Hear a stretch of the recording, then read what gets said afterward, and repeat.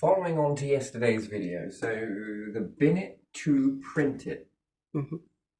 Anything you chuck away, machine is capable of building nigh on anything that it can be programmed, and therefore there could be a database that grows. You go up to it with a creative idea, well, ship me, it will print it. Mhm.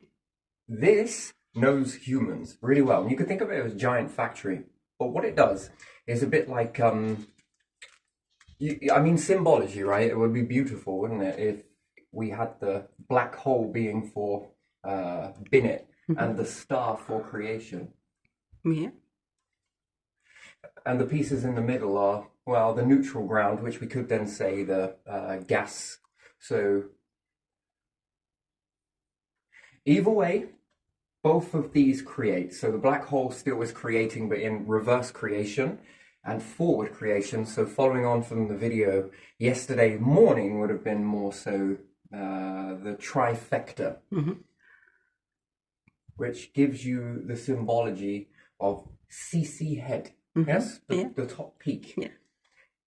So both are creating depending on which way you look at it. And there again, there are more ways to see things, right? So we see it going this way, and we say that life is a start point here, and we believe there will be an end point here. But the universe doesn't quite work that way. And you can then see it one way. So we're tuned, the brain is a fascinating tool. It really is fascinating, and more fascinating than just humans using it to be human, or animals using it to be animals, or there's a type of knowing inside plant matter and different things like that either, or a different process, still fundamentally the same. But the fact is that the tool is so much more fascinating that it can be pre-programmed before you're born to omit certain things, but still let you see them. But it makes it so it's almost like a delicate dance, because it begs you to look for more of this hidden stuff, which then leads you on to clue-based logic. And well, when you combine all of these things together, you actually get quite a harmonious life for everybody. That's the key word, for everyone. Anyway, so we look at it going from, it's a cycle, but still we look and taught because of stories when we say there's a start, a middle, and an end. Yeah. And life looks that way as well, doesn't it? Yeah. But there's a bit that you just can't see, but everybody feels it, right? Well, I guess depends. It's a belief more so. But there again, a non-belief is still a belief, right? There's still a belief in something's going to happen after this event. So even if you say nothing happens, that's still happening. That's still something happens after your existence, yes, of a human format. That's still something happening after. You'll say nothing. Nowhere is not possible. That's an interesting thing. So anyway, so we look at it going from one structure to another. But it could also go in reverse. And if your brain was tuned to see it that way, in that motion, in reverse aspect. So what's reverse aspect then? So you could think of it as a pendulum swinging from one to the other, yes? Or a ship on the ones that swing at fairgrounds, yes? Yeah. And it reaches a point going this way, and your mind is programmed to see it go from this way to this way. Yeah. Then there's a stop, which you could put a 1 there next to the 0, and then it begins to go down, go the other way. Yeah. And your brain could also be used to program it going in reverse. And for you to think about it now doesn't make much sense. It feels dirty, wrong. The reverse eating. But you would know no different, right? You would sense that, is this the correct way that it's going? Well, no, because creation works both ways. So even if then we would look at things and think that stars are the ones that are the black holes, and black holes would be seen as the stars, the creators.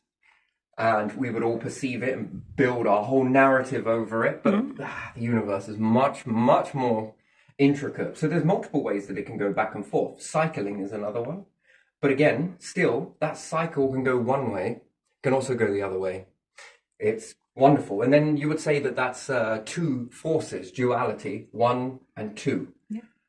What orchestrates it in the middle? What one is in control of programming your mind? Why do you have to have things omitted? Why is there a need for you to be able to see through all of that noise? Molecules, energy, and why do you, what is the purpose for you to see through all of this stuff? What is the purpose of you having eyes? It makes no sense, right? Figure it. Well, it's to protect you. No, it works just as well. Bacteria will formulate and then we clump together and come on to make ourselves into what we are. I guess we wouldn't make yourselves, but still. Something is there conducting this, saying what is to be looked at, viewed, and what's not going to be seen. Something is in charge of that. That's the third. That's the neither or nor, but couldn't rise up without either or. Interesting, isn't it? Anyway, so back from forward to backwards, forwards to backwards. Lovely, wonderful. So we have the power of 3. Yep. Which is a nice, very interesting, very, very interesting. So because we see things going this way, we believe that it is this way.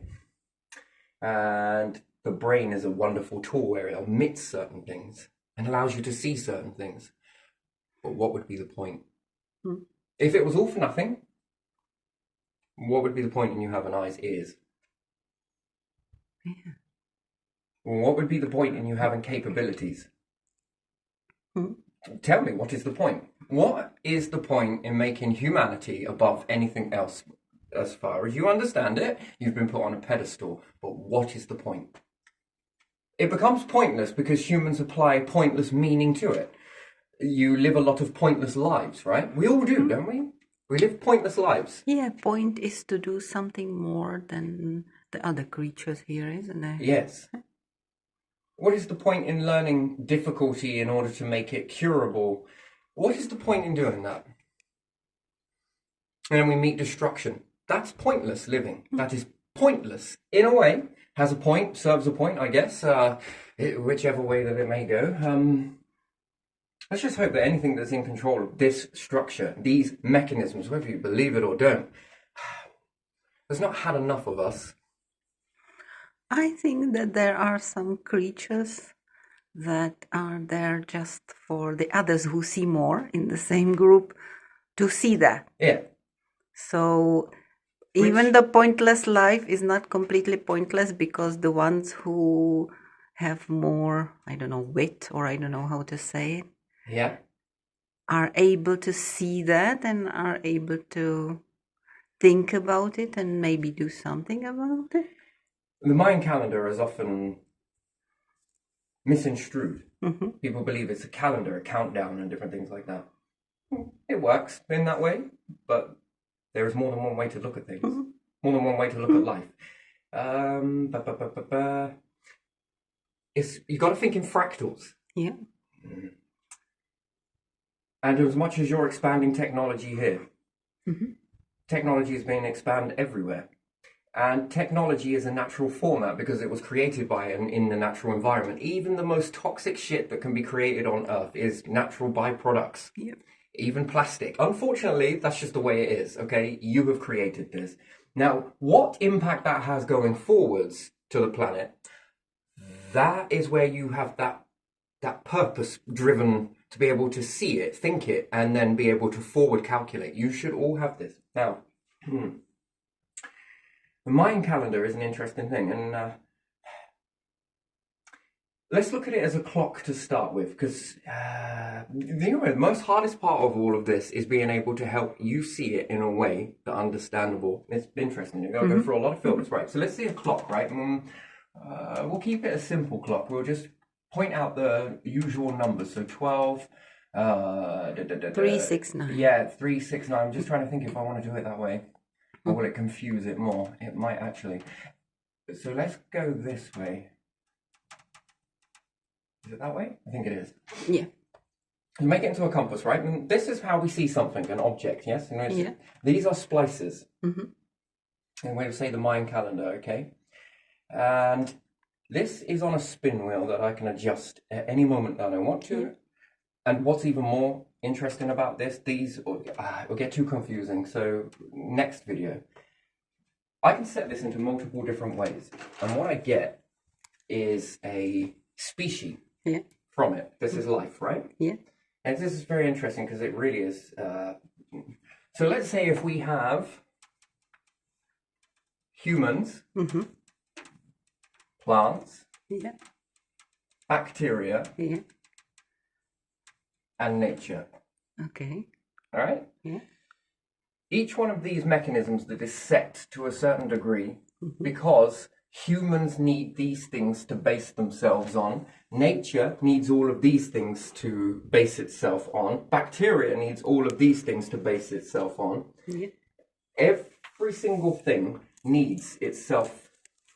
It needs the other Yeah. to formulate the other. This is what keeps the chain going, yes? So that's a part of the calendar that's put into splices and subcategories. So if you're going to create life on a planet, you need certain things.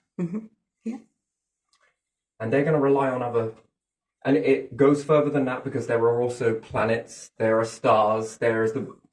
Gets too confusing, but anyway, let's just look at it like this. Now, that's at this level. And we'll look at this and it will be a very big object with a very obvious cuts in it. But the thing is when you zoom in, so let's say we create technology and you figure this out. Now we create some technology, so we're able to zoom in. Not because we want to see it zoomed in, fuck no. Because we want to make something even smaller. We want to make these hairs even smaller. And how do we do it? Well, we're going to need to zoom in to that life force. So yeah, we can see it at this size, eyes are capable of seeing this. And it only appears this way. But yet when we zoom in, those thicker branches that come off of there, at that zoomed in level, means that we need tools in order to utilize. So let's say if we put metal in there, in the beginning it's thick and chunky and it's very bulky. And it only gives you a few life forms from it. Yeah. Just enough to play with, that each movement of that dial creates something else. There's subcategories to this as well. Like, it's fascinating. It's fucking, wow, it's huge. It's massive. And then you zoom into it, right? Technology advances and you zoom in. Now you're seeing it at much more magnification. But you're also seeing the metal work that you've put in there as big and chunky. And it's now too big. So we take that metal off for argument's sake. Yeah. And now at that magnified level, can I take that pieces of metal, melt it down even smaller under this zoomed in factor and make new thinner branches? And in the result of doing so, I can add more hairs into this, and you'll think that that would be it. No, because when we zoom back out and now we can see the ends of these, perhaps you can't see them with the eye, but a laser can pick these up. And when you move it over, it aligns with the laser, and then this is another splice. Now you can make even more life forms.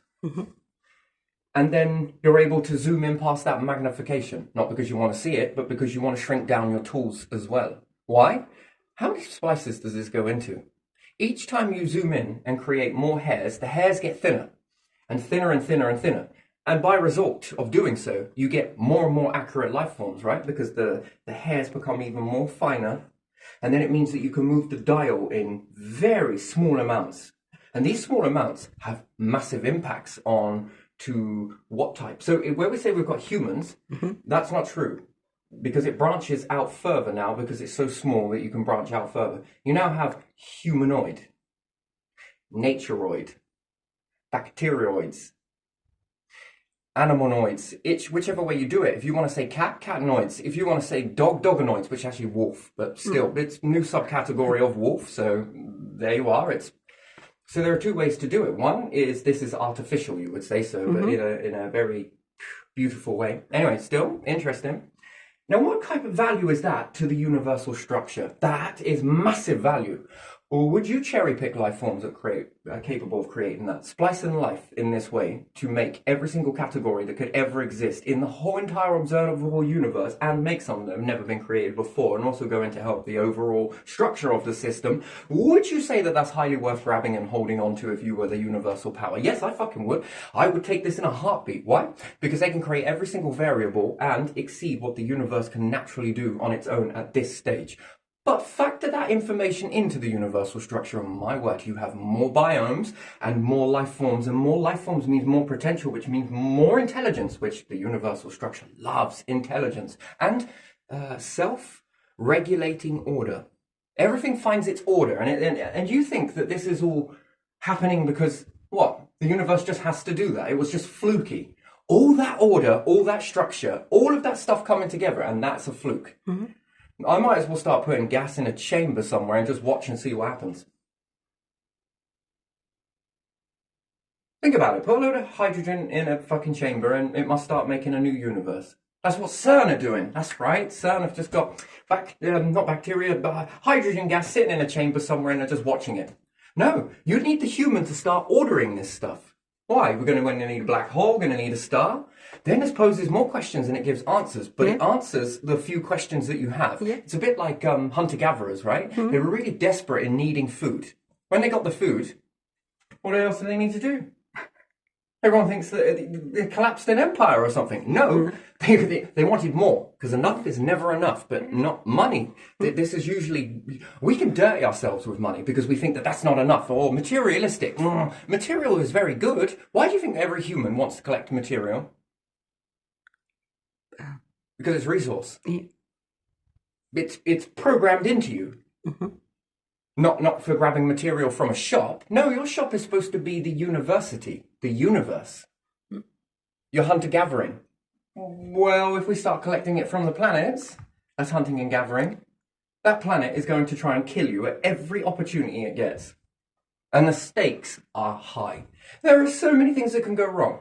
The question is, does intelligent life, real intelligent life, exceed past all of that shit? Take Kennedy, for example. Not because they're easy, but because they are hard. Man, that fucking vibration he felt in that. Whew, it's lovely. That. Mm-hmm. Because the enemy is space. The enemy is the other planets. The enemy is, you got to use a lot of this. And by doing so, you are now doing what do you want to call the creator? Universal structure. Vessels come afterwards. Okay? Vessels are after, later. Something else is driving this, and it might not look like the way you perceive it to be. But damn me, multiple variations, and it wants to add more.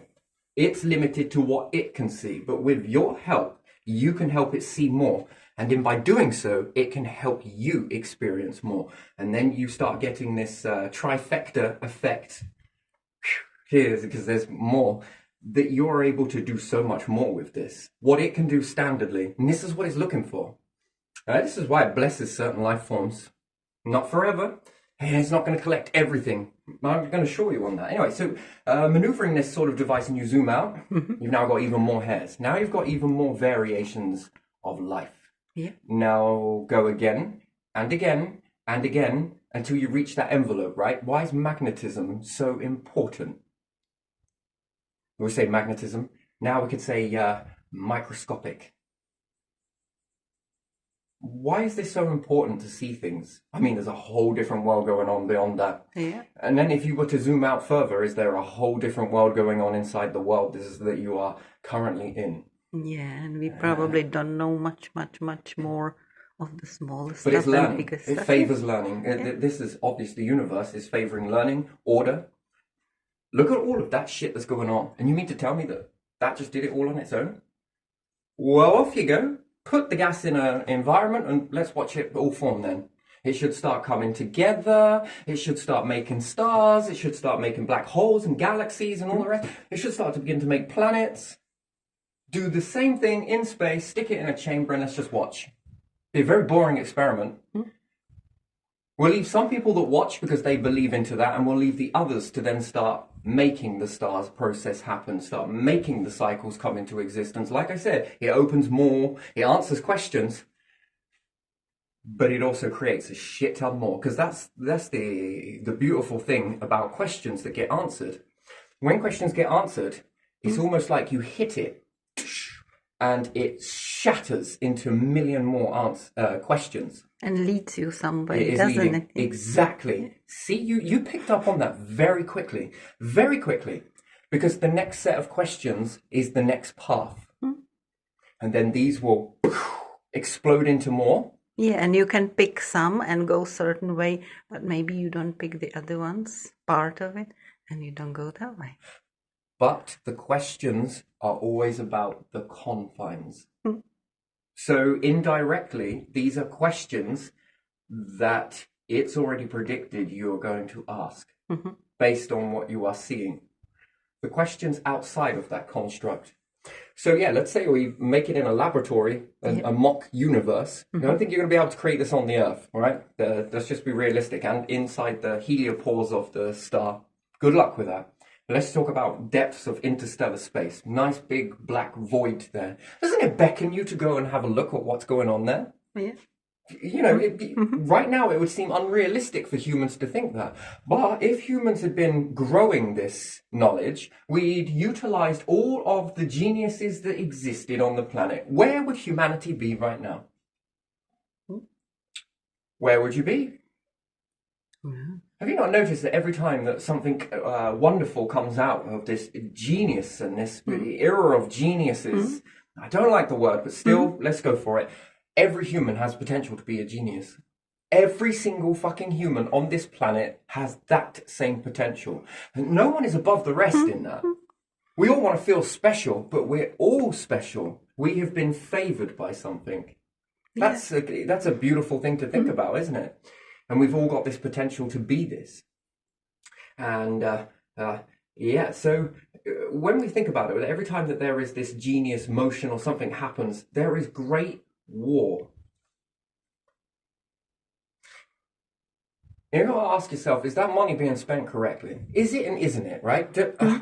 Not current stages, but let's just look back through history. Do we need to align our priorities? Yeah, we do. Or what about if we didn't make Einstein jump through hoops, or he didn't go through that shit with Germany and whatever else? How much more further would he have been? Tesla, if he'd have got more further. Yeah. Leonardo da Vinci. Da Vinci, yeah. What about Isaac Newton? Isaac Newton. What if these were CEOs, and rather than having CEOs that sit at the head of these, you have geniuses sit at the head of these that then organize the people to start creating weird and wonderful stuff?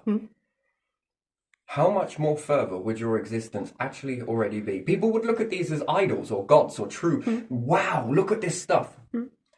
It's in today's world, it seems to be by design that people come out and say things and people are like, nah, ha, ha, ha, it's so futuristic. Come on, clean out your butt. Ridicule. Yeah, because that is planted. Why is it planted? So we don't follow? Yes, so you don't follow them. Because if not, they would fucking reshape history. And to be honest, in the making, they would reshape your reality. Tesla wouldn't have made Wi-Fi devices. He would have revolutionized the mobile phone, perhaps even back then. If the right people would come together, this technology would already be in existence. And I think it already was. I just think it was secret. Only a small group wanted that stuff first. I think this technology was around. A lot is hidden, isn't it? Yeah. And again, this greed melts down humanity. I just don't get it, that how you can be so obsessed with time. You make clocks and everything else, and yet you can stifle back technology like this. And all of this is, what? To get ahead of the technology. Think about it, right? If I had a computer and no one else had a computer, I can rebuild that multiple times, memorize the circuitry, know it intimately, and I can know that technology so fucking well that by the time I give it to you, I'm already working on version 2. By the time you've figured that technology out and people start opening their own little shop somewhere and are able to do all of the bits inside that technology, I'm going to shift it into another technology that I've been working with. And another. And all of this is just to what? Gain an edge. Yeah, just to give them something. The illusion of power. Yeah. Now, you tell me what that's all about. That is what melts it down. Do you really think the universe structure is looking for that? No. It dialed things down about responsibility. You wouldn't give children knives to go and cut food with. The high chances are that there's going to be an accident occur with that. Perhaps let's start them off with a mock knife that is safe, does the job, bit more of a pain in the ass, but until they get that hand-eye coordination going really well, and then eventually they can then be... Want better drivers? Give kids lots of little electric cars. You know, the small ones for them to piss us around around the streets and whatnot. Revolutionize these. Why? They will become insane fucking drivers. Safety. You want safety? That's how you create it. But we don't give kids mock versions. We call it a mock test. Yeah. You know, we've got to go through your mock driving lesson, and then we wonder why that the crash ratio is higher between this age and that age. Then we start theorizing that it's got things to do with they're boisterous, they're this, they're that. No, it's because their lack of experience. But if you give them all little mock electric cars to mess us around with, that is similar to the real thing, it doesn't go as fast, but it teaches them how they would put all of the new drivers to shame. Yeah, they would. Because they would understand the pedals, they would understand they would know when to stop, judge their distance versus speed, and then know how to slow down. If they got someone else riding on the back of it, you know, it's not going fast enough for them to hurt themselves, but let's just say they do. They're now extra weight, and they will notice naturally, without being told it, by learning it, that now the vehicle is heavier, and it takes longer to slow it down. It also degrades your battery, but still, and then they get tired of keep charging it up. I know I did. And then you find ways to make it so that it lasts the whole entire day. But it does aim and give more weight to it, unless you've got a boat and then you can pull it along the back, which is something that I learned. That's why I was fascinated with water.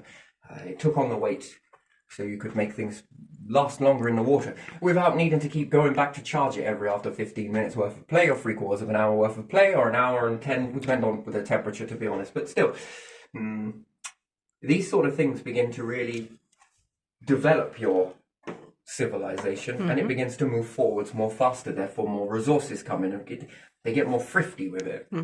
Environment, sure, but also space. That thing is going to try and kill you at every opportunity it gets. By design. And then what does this teach humans? Look how powerful your minds are! Before you even go, look how powerful your minds are. You've never been, right? Let's just assume that. And yet your minds can figure that shit out. Before you go there. That's interesting, isn't it? Yeah. That means we're all psychic. Give children something and they will They'll try, figure it. and they will figure it. And it's in their essence too. You know, you want to think about it, the adults are dialed back compared to kids. This is interesting. But again, knowledge like that needs to be refined, but it also needs to be free. There's the part of it. Yes, the refinement is very important, but there is no freedom for the kids to really develop that. To go on, that's your time. There is no your time to kids. None at all. None. Not one nation has done that. What about with the councils then? We'll take that for example. Where is there a place for people to go and play around with new brick building, material building? All the materials are there. We pulled it out of the recycling centre. Here's a piece of land. Guys, do you want to build something? Like what? We're interested in the next generation of foundations. Are capable of coping with damp environments. There's some metal there, welding equipment. Do you want anyone? Freely whenever you want to go and gain a hands-on skill. Nothing is hands-on in this society at all. Not at all. I would change this. It would be one thing that I would recommend any particular leaders out there that really are genuinely into this. Sure, there are going to be accidents, but take it to a kid's playground, right? And those fucking climbing frames have broke how many arms? Yeah. Bumped how many heads? Yeah. Yeah. Different ones, yeah. I remember Yeah, that. so again, safety is an illusion, and we often try and pride it on that. But if it was overseen in a correct way, wise enough to do so, let the kids have at it. What could they invent? What could they make? What could they do with those resources? Because it's training you for bringing in resources from other planets. That's what it does. We've got some of this stuff here. Well, I figured out that if you did this with this and this is fascinating. This is more better than any university. That would be an outdoor university. What do we need foundations for? One that is able to allow water to escape, moisture to escape, but not let moisture get absorbed from the ground that it sits in. And it also allows the ground to be pressed up against the foundations, which then eliminates damp, which should then get down mold naturally. And it protects the foundational layer, the slab underneath. Wouldn't this be a fascinating... This is needed. These houses are shit. Come on. Come on, man. These are proper poor, man. It's almost there. It is like 85% beautifully built. Don't get me wrong, but there is those small little letdowns that don't make it last very long. What about making an impressively strong brick? Nigh incapable of surviving this and this. Making farms or doing this or playing around with solar panels to make them more powerful or whatever it may be. All of that stuff there is rubbish. Anyone want to have a go at it? What have you got to lose? You're going to take the metal that someone made something out of, and either A, they're going to sell it, which is great because then the council could be like, we want a penny for it. Just a little bit, which would be acceptable. Fucking hell, we gave it to you for free and you've converted this freeness into profiteering. And if people like it, there you are, there's a new job, new industry, whatever. And if they don't and it's all shit, well, it's going over to Mellor Metals anyway. We're going to trade it in.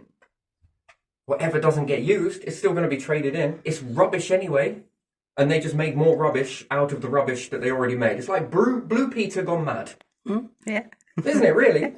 You know, rather than taking those toilet roll tubes to fucking school and building some shit. Oh my god, it got so boring, man. I'm not going to lie. That shit was boring. That, incredibly boring. From what it went to what it... boring. That's shit. You know, make it. What breakthroughs are we going to make out of this?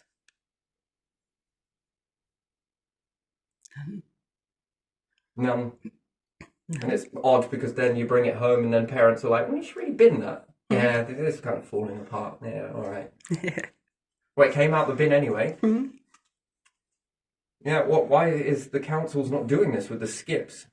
Well, it's all about health and safety. Man, fuck that shit. Health and safety on a planet that is designed to kill you at every opportunity it gets? Shit me. Plague, war, famine. Well, fucking hell, let's not get ahead of ourselves. How many chemicals are we eating? Yeah. Health and safety is about our behavior. How much water we're full of all that shit are we drinking? Come on. Because the money was the objective, yes? Not the betterment. Money. And that gives money a bad name, indirectly. It's not money that is the problem, not really, no. Money's quite innocent in all of this. Seriously, start putting courts on the money. True innocence. The intent behind it is what it is. Well, let's just collect money. Okay, I'm now making billions. Job done. That's it. Anyone else want to buy this? I'm planning on going bankrupt. With limited liability. Come on. Yeah, that's an interesting thing, right? So, and then that seems to be it. Where's the progression? Yeah. Well, I see your water and what you made as water and collected this much money. But you know what I'm going to do with this money? What's that? I'm going to put it back into the product. What for? Purification. I'm going to be living up to the Egyptians' purification. You ever tried tapping a few birch trees? You ever tried tapping any tree and then seeing how pollution resilient this is? That it can leave the pollution behind, draw out the goodness from it, because at the end of the day, fuck me, trees know water. They know what they don't want, and they also know what they do want. And unfortunately, if you poison them too much, they will just dry and die. Or pretty rot. much. Yeah.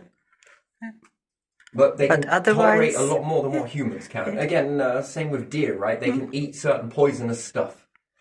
And then when you eat this animal, you get slightly intoxicated from it because the animal is eating something. This food is, you're not what you eat, you're also what your food eats. Yeah. Fly Garrett, anyone? Christmas dinner? Right, just the way it is. Anyway, so still, but this would be something that I would, any age necessary. If you've got a creative spark, get in there and have a go. You know you were really good with this stuff? Why, yes. We got all of this shit from Mars. I'll just put it down and we'll have a look. We'll dig into that. Then before you know it, you've already transitioned your society towards it. Already ready. Yeah. Already ready. Recycling. Well, it's in your nature to. Because it's already in our minds to be able to reach out for that. Hunting and gathering.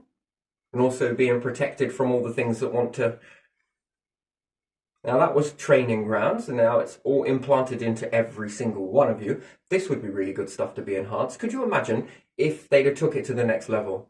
Mm-hmm. They say complacency is the enemy of life, yes? Mm-hmm. It literally is. Literally is. Complacency is the enemy of anything beyond. Could you imagine that? Going from one, seeing something else, okay, and then humanity aligned to this invisible strand. And after all, look at what it leads you to. When you listen to it, thanks to our ancestors, they answered the call. Look at the way life is. Okay, it's not perfect. Really isn't. It fucking ain't. But now imagine if you, the ancestors of now, and be aware that you're the ancestors, to the future, and you begin a line again. What are you going to make it for them?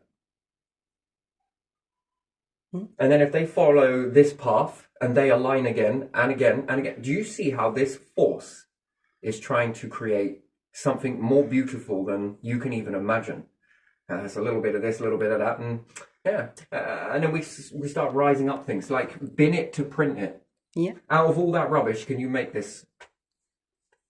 Or at least start making something along those lines. At least get it off the ground. Now that would be an impressive stamp for a council and community. Why the council? No, it's not got to be just your emblem on there. No, it's got to be the people of that area that paid for it too. Everybody. Not this exclusion and include yourself. No, this has got to be about community. The individuals that paid for that. Look at what you made possible with your taxes. Yeah. That we would have only thrown away this stuff anyway, but look at what we did. We, the power of we, not the emblem that says I.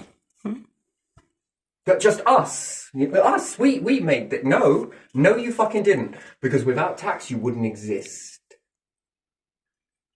Without those people paying it, you would not be here. The whole system wouldn't be here without the people putting into that. That is a we. And that doesn't matter how great you are or not. Finally, we all begin to piss in the same pot. But then, when we're putting into this same pot, what are we all getting out of it? Well, you don't need to question security, do you? That is being seen. Yeah. Yeah? Want to make interesting jobs? Creativity, handmade, handcrafted, made out of rubbish, brought from here. When you buy this object, it's putting back into that system that will allow someone else. It could be your kids one day. It could be this. It could be an aunt. It could be an uncle. It could be a grandpa, grandma. I feel like doing this. Have at it. If you're going to bin it anyway, yeah, it should formulate into this. You've paid for it. There's a difference, right? It's included into it. And then what? They're going to want to start charging you to throw away stuff? That's a double profit. I don't know. Is that racketeering? Extortion is that. Double profiting off of something. You're charged for them to take it, and then you're charged for you to bin it, and then they are getting payments from the scrap value of it. 3 lots of payment off of one thing, and you are in debt. How the fuck is that possible? So I don't know. I find that all bullshit as far as I'm concerned. I think that's a lie. There's mismanagement, or it's going into too many pockets somewhere. Overall, moving swiftly on. Could you imagine the technology that's coming out of there? Mm-hmm. What if these people playing around with this stuff were able to remove all of the stuff from the circuit boards? And if they were able to film it at the same time, they would then know how to structure a machine that is capable of doing this. And if they are capable of making a machine, who owns machines? It almost seems like these have been patented and only certain people are allowed to make them. Oh man, fuck with all of this bureaucracy crap. Yeah, it's a lot of rubbish, isn't it? Literally. Yeah. These become the next pioneers that make this a reality. Think it, see it, there it is, print. You bin it, print it, out it comes. Yeah. And then there's always going to be a need for this, for people to play around with new types of rubbish in order to teach the machine how to do this, which then already is a place for a certain group of individuals to stay, isn't there? Yeah. This is then, it's not about power. Power is bollocks. No, it's about what you can do with power. Everyone says that money is a hollow tool. I agree, right? Like the pursuit. If I just want money, but just to get money, that's hollow. Do you know power is also the same way? Anything you apply this to. Yeah. Yeah. Power is a hollow pursuit. If what? You're just going to sit there and look powerful? Yeah, some people. But not actually like it. utilize that power, which then gives, in contrast, power a bad name. Yeah. Yes, When it does. the true way of using power is how you wield it. And power then means scary and fear tactic and whatever. No, power is about the power to do something about fate, the power to do something about people's lives, the power to do something about people's betterment. The power is to do something about people's enjoyment, the way they live, their comforts. Yes, sure, everyone loves to be comfortable. In space, it's very important to be comfortable. Why? You're going to be away from a lot of safety, but if you have a comfort, it should take over what you lose from the planet. You're still going to have your worries and different things like that, but still that comfort, that little bit of And if the sanctuary can feel better than the environment, that is when the seesaw effect has the imbalance. Some imbalances are really good, by the way. Some imbalances are not so good. You see, that having the inner environment being in the home and the inner environment being inside the mind, when the scales tip that the outer environment used to be more greater than the inside environment, but now the inside environment is more than the outside environment. That means that you're already teetering on being space ready. That will stop you from getting a lot of sadness, sickness, shite me, by being on a craft somewhere. It stops you missing home too much. Makes another home. Makes more sense. Yeah. And then if you can tweak the environment to be perfect in air, perfect in water quality, perfect in security, think about that. That tips the balance on Earth and it starts making Earth look like everyone was living in forests. You know, when you look at that and you think, oh hunter-gatherer? I don't know about that. I don't like that. And again, it will happen again. Why? Because people will be looking at the Earth going, fucking hell, I wouldn't like to live there. Hell, that's so 1950s, isn't it? Because everything was out of your control. In this way, everything is in your control, to a degree. And then it starts to prove something. Like I said, more questions than answers. Why are your minds more able to create a better haven for yourself? Yeah. You can modify your environment. So although the universe has given you a good platform, what else has it done? It's dialed it back. And then this teaches you to rely on your mind being the best tool ever, and the wisdom, the ability to follow this light, star, God, whatever you want to label it as. I'm sure everyone's going to be labeling this in beautiful, weird and wonderful ways. Spirituality, any way you want to label it. Again, it sees itself in multiple different ways, right? Yeah. I don't think it really cares how it's labeled. Animal, tree, human, this, that. Because it'd probably look, if it had a face, and it would smile, and even if it had eyes, then if it had a mouth, it would smile. And you say, you dog. Yes, I am. You bloody planet. That too. You silly human. I know.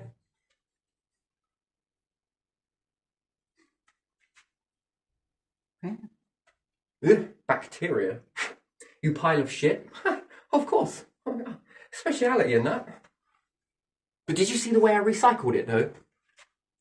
Yes, I did. It shifts your looking glass, doesn't it, a lot? Yeah. Then the comforts, and then we look at this, and people will look back when they reach this, if they reach that level, and they'll look back and think, planets were so dated. I live a lot longer, I've got not this to worry about, this is rah-de-rah-de-rah. What do you think the key of reaching longer life expectancy is based on this? on your mind, but it's got to start with purification. Self-fulfilling prophecies, do not get me wrong. Now that's going to help too. Tamagotchi, remote control car, mobile phone, man, TV, these things are going to all be... Here you are. Throw it all in, and what we got next? Well, the new version. It will be chips back then, I'm sure of it. So that's where it was leading to, was this here, yeah. So anyway, so we got humans on this version here, yes? Mm-hmm. Now, this then, it says, if you set it this way and you have it here, this is going to design humans. Yeah. The next one is a category of that. Then there are subcategories of it. So the mind, yes? Mm-hmm. You ever notice that you kind of all look the same? Kinda. Different variations slightly. So slightly this way, slightly tweak that way. And you've got slightly different variations. And the next one is the mind. The mind variation. Yeah. That one is autonomous. You are filling that spectrum up. You begin to feel that. Mm-hmm. That knowledge is collected. But overall, your whole species is pretty much is stuck on that alignment. You go to space and that is going to move. Every time you pass the checker point. So you still be humanoid, but there's going to need to be different requirements. Slightly different. It's going to work with you. Mm-hmm. This we will say is evolution, if you want to just give it a blank name. But then you yourself, ooh, how many splices, variations? That is question mark. How many different variations of what you can possibly fill your minds with? And you see, this would lead you to a clue. This would lead you to a clue that you can zoom in more and more and more. Why? Because how expansive variations in your... Well, we could say, let's say if there's been over 1 trillion beings, mm-hmm. not fully rise up, but let's say conceived. Yep. Let's say 1 trillion. Mm-hmm. That's the envelope. That's what overall, let's say. More, but still, let's just keep it simple. Trillion? Simple? Yeah, fuck it. 1 trillion. That's 1 trillion different hairs that come off of that calendar process. And then you tweak it again for animals have theirs. Nature has it. How many different variations of nature? Nature is far more intricate. It's beautiful that you can get more variations. This is you can age things this way. How old is it? How many variations are there to nature? It's still nature, but look how many different tweaks it can have. And then once that's set, that's a type of species of plant. Next one, that's another type of species of plant, but it's still the same nature. It still sits in that confine, but yet it's being... And then imagine this. And if this is just here, you have humans. Now we're going to look at that whole branch that goes down there are humanoids. So the next variation versus the next variation. And the smaller you go, the more variations closer to human that you get. Then we'll take animal as well. If you want to take that, many different variations of that. Then how many are there in the observable universe to be able to create life in this instant? The calendar helps. I guess I need something to apply it to. And the Mayan calendar is different. Cogs, mechanisms. People would say compasses, yes? Or whatever else it may be. Still not finished this just yet, but still. Each one of these variations, this becomes human. Next, slightly across, you still got the different variations of humanoid. Depends on which part of this, because it branches again into V's. Either or. Then we move it again, we start moving away from human, but still looks like human. And then we could say, what, monkey, primate? Could move it slightly again, and it begins to change the forms of the life. Keep going. And then the next cog that fits into that then combines into this one, then means your overall structure. And the next one is, how many are you? There's 1 trillion of you. There's 1 trillion of these branches that go out. 1 trillion of you thinking and learning and doing all sorts of different things interesting. Some of you are in space. Some of you are on a planet. Some of you are on different planets. Yeah. These are going to be different variations to what you are. And then that then goes to show how old you are as a life form, as a species. Some will cling here, some will go over there, some will move in this. Not everyone's going to move together. Just be realistic on that. But safeguards for each and all. Wonderful, wonderful. And there again, if they reach another star system and some go to another star system and some go to another star system, this is going to shape each and every single one of you. Then the timing of when you leave or what you do and how you go is going to change you. And then, just like nature, there are now multiple different variations of you. Why? Because evolution is going to favor you. It's going to tweak it. Oh, okay, let's move it this way a little bit. If there is something moving these mechanisms, and then it then begins to sub-branch. And again, this is learning. How is that going to affect the life form? How is that moving forward? Where does that go? This is data. This loves the data, loves to learn, loves to memorize all of that. Now I know how to make this. In the beginning, tedious.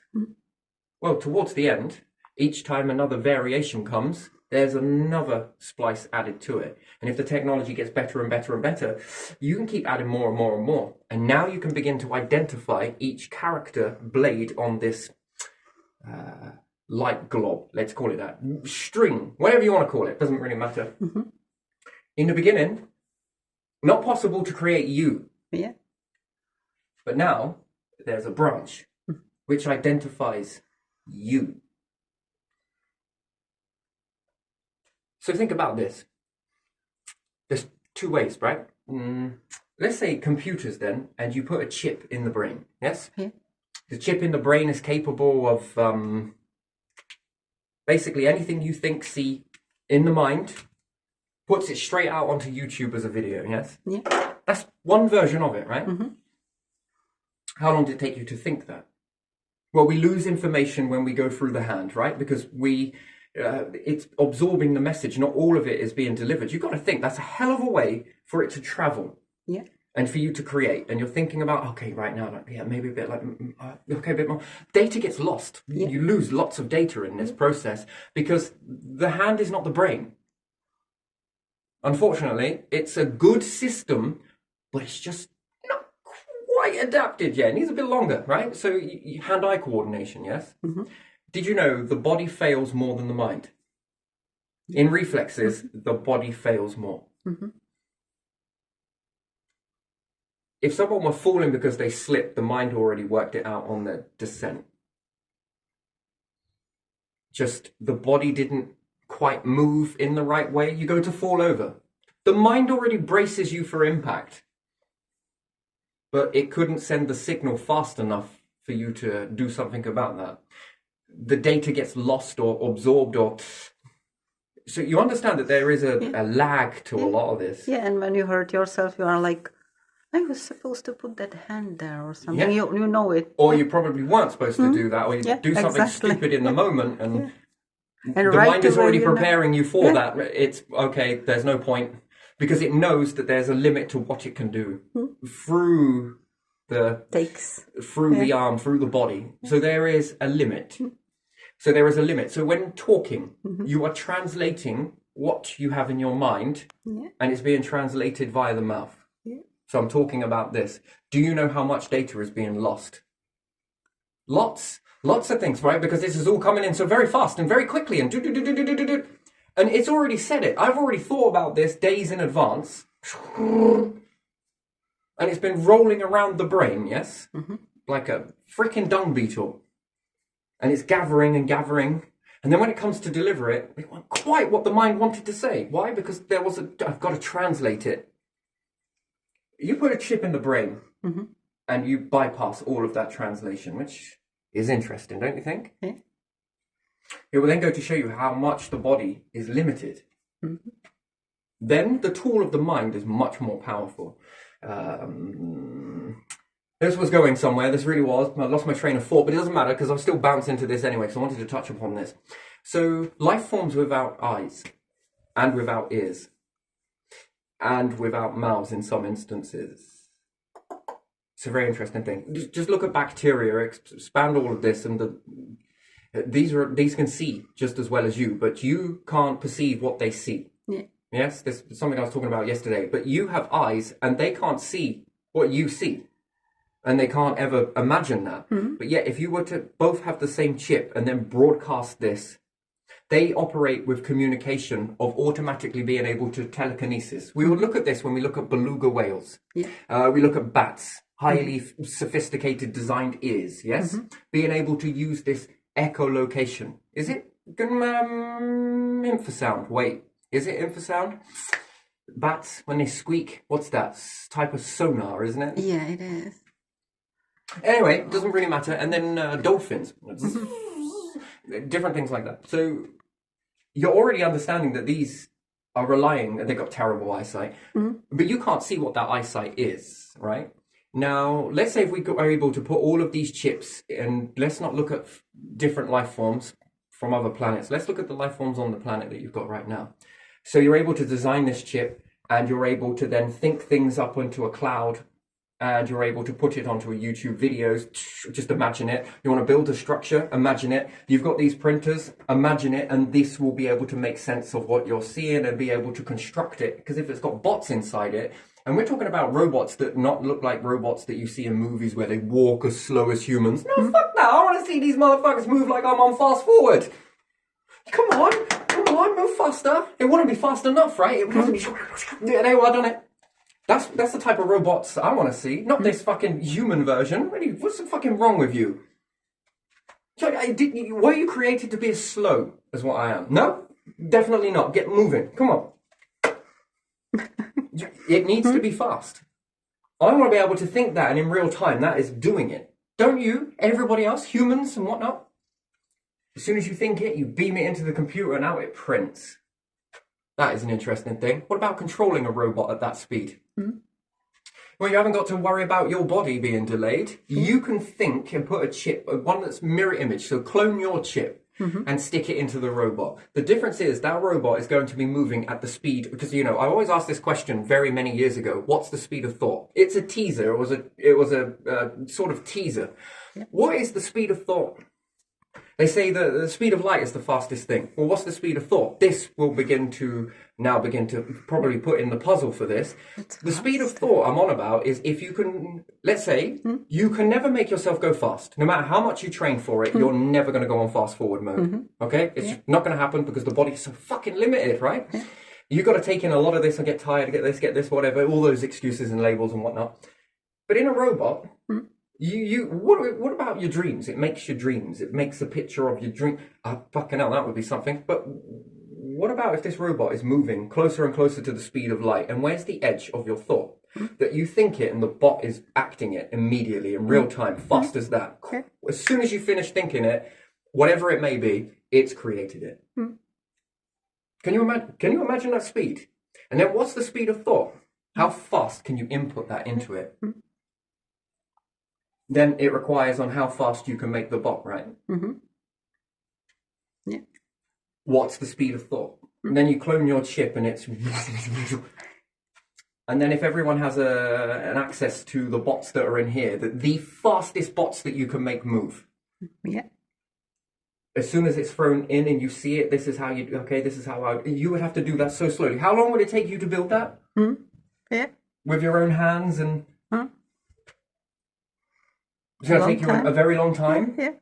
But these bots on fast forward mode can do it at the end of that. You would only ever need to build that once very slowly, right? In order to show the bots. I mean, that's one thing. That's with your hands and it's watching you do it. But if you real time had a chip, this was where it would go before it got too intelligent. But as you did it at the same time, the bot copied you at the same time. Yeah.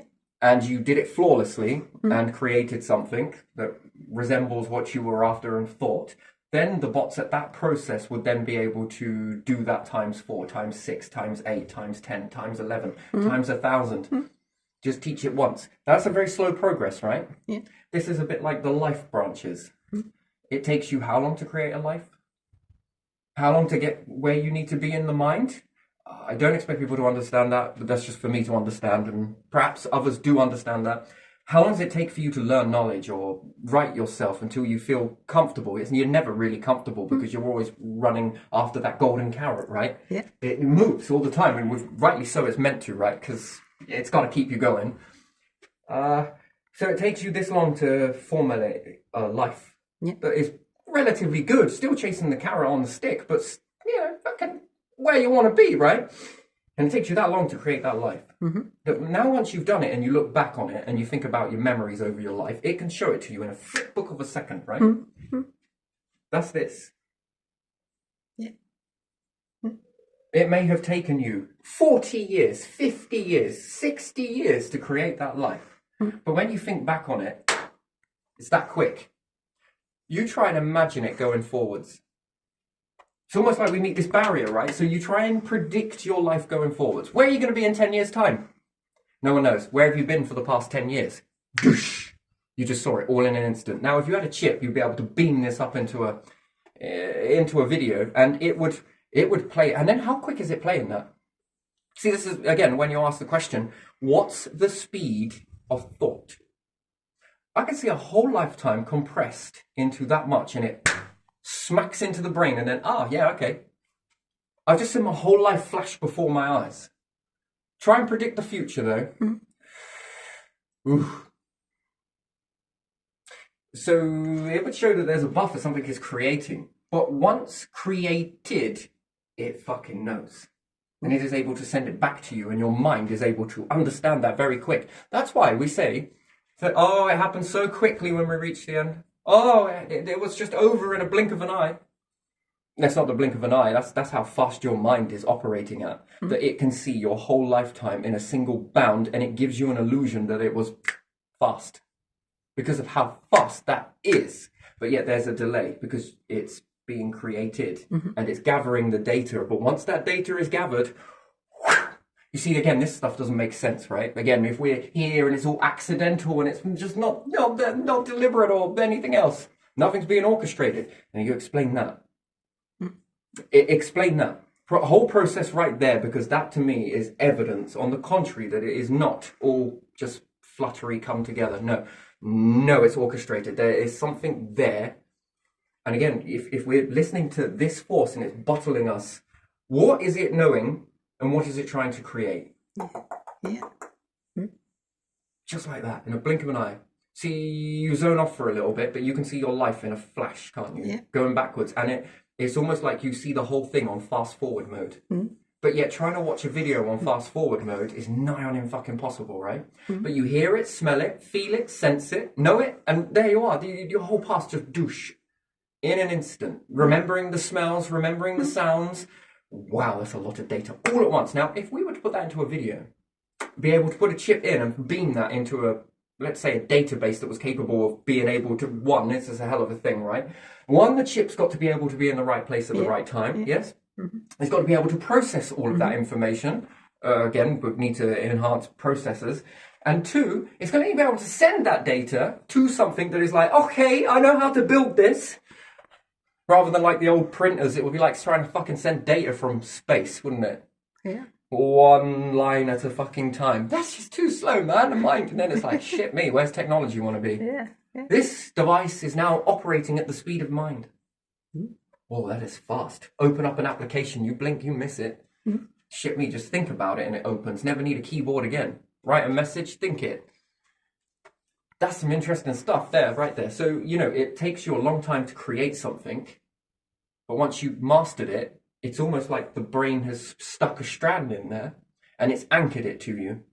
And that's where I like to say that if the universe created you once or gave you the opportunity to be created, then it can create you anytime afterwards because it stored the data, and it must have stored the data because, and to say that we're walking a path that we already know we've walked, then you would be able to, high accuracy, know where you're going.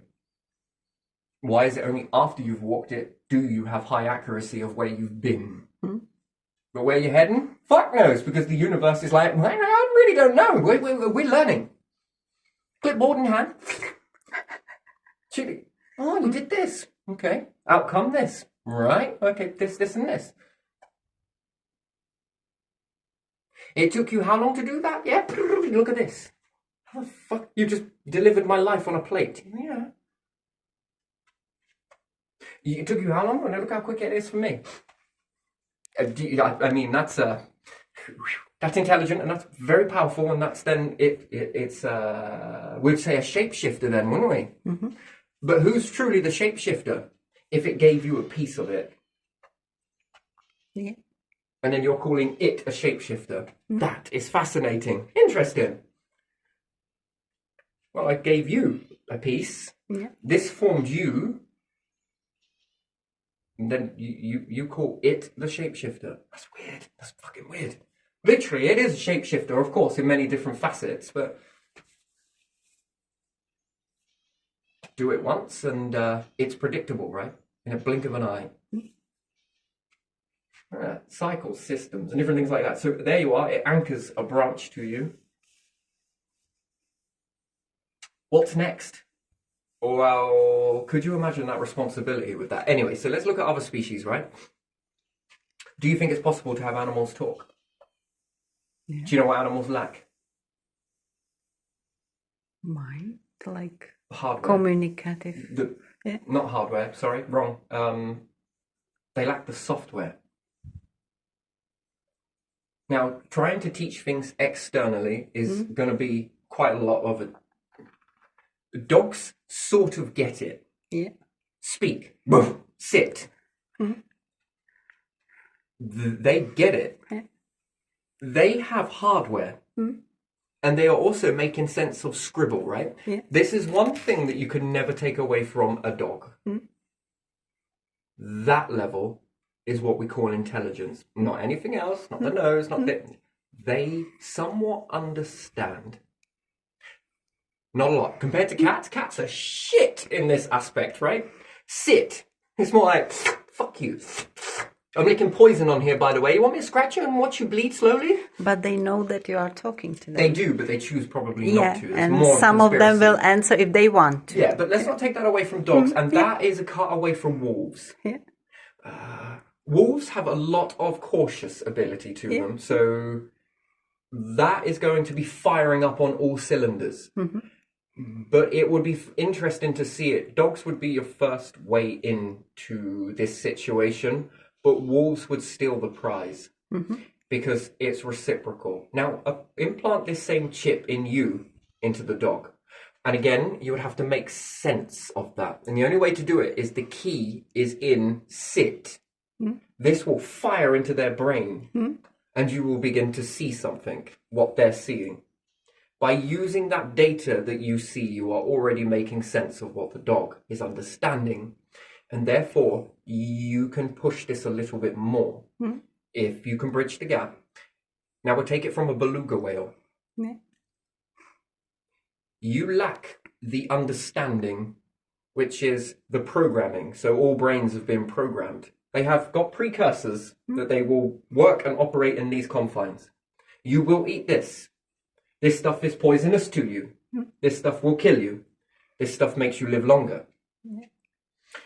Okay? This helps you see. This helps you do this. This helps you do that. So the brain has already been... And you will stay in this construct. Could you imagine that, waking up a beluga? Waking up a dog? You're not teaching them externally. You would be teaching them internally. Based on a chip. Here's another one for you then. If this chip gets really good, right? Yeah. Let's imagine that. And I would not use a chip. I would like something that I can take off when I don't want to use it. And it, just in case someone hacks it, you can just pull it off.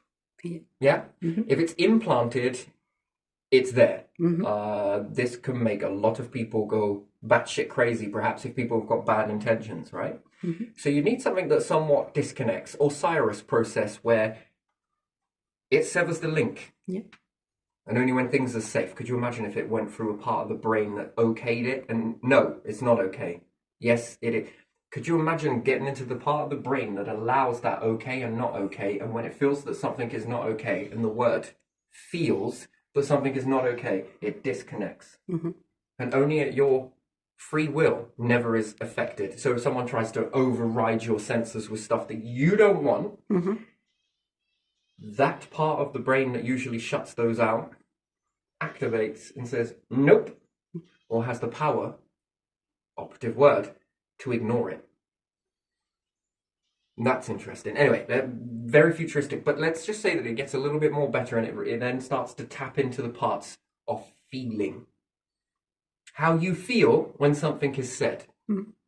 Most people don't know what that feels like. So they understand it, but don't know what it feels like. But then someone who is responding to that and is feeling that deeply, that you don't feel it in the same way, but you do have other ways that you feel that, but that is not your trigger. They can teach you this and you will gain valuable insight. You know, most people are all like, fuck them, until they feel it. And if this person can make you feel it, do you think that it starts to make humans that are much, much more balanced? Yeah. That are much more caring for one. I never knew. Oh shit me. I didn't know that come across like that. But reciprocal. Now, who teaches who in that moment, right? So you've got the person that you say something and it makes them respond, react, and then you feel that, which would probably make you not say it because it hits you in the same way. That's the next bit. But you could also teach them how it doesn't affect. It's a weird thing, isn't it? And it depends on who's sending who the link at the time. I mean, if to send both of them at the same time, it would cancel itself out, wouldn't it? The response versus the feeling versus that trigger. Can you eliminate triggers, or do you create an arc of more? Then if you create more arcs of triggers, then are people going to be less likely to tread on those triggers based on the chip cancelling this out or amplifying it? That's where the choice would have to lie, wouldn't it? What about getting offended to certain things? Everybody is offended to something. 101, everybody has an offense. Everybody. It's nigh on impossible. It's a great way to cash in, but everybody gets offended to something. Yeah. Do you upload all of these? Does everybody feel what that feels like in order to learn, or do we turn it all off? But then you would need to find people who are already hardened to, which is impossible to do so. And does this help us with feelings? What about understanding how belugas see? We know something's going on, we just really don't fucking know what it is, right? We know it's because of this, this, and this, and thanks science, but you know, now have to chip and see it. One that is a receiver. So you've got sender and receiver. This is what it's going to take. That fucking hell, Tesla is kind of amazing. Do you understand that, right? How really idol-like he really was, and no one understands it. Not truly. You would understand that I would label him as an idol, a god, entity, pharaoh, him. Yeah. With this type of technology, way before his time, and humanity has walked towards it. That is the power, the lingering effect, the universal fine vessels, that imprint, that smell, that electric, that it's still there. It's very present. He didn't get enough credit. As far as I'm concerned, not enough. No way enough. To be able to send a signal and receive the signal. Send, receive, send, receive. That's going to be the thing. Also, it opens Pandora's box because telekinesis. Can you see that signal? No. Well, you feel it, but you see it. See it in what way? Internal seeing, not external seeing. Because your external eyes, they limit you. Don't they? Yeah. They... So you can see an effect. It's a bit like dark energy and molecules in an atmosphere, right? So if those molecules change into carbon, let's say, people start dying. You're now seeing an effect, right? People start sleeping first, then they die. Anyway, still. So you start to see this effect. You know, something's going on because there's the result there. So we're seeing this externally as well, right? But with animals, it's more fascinating, isn't it? You're seeing them do something and know something, which seems, whoa, that's a bit weird. Oh, okay, now it must be something to do with this, and you're seeing it because of this. But then when you put that in, it makes the blind see. Yeah. You are knowing what they're doing, like full on knowing, and anyone can learn this at any time, right?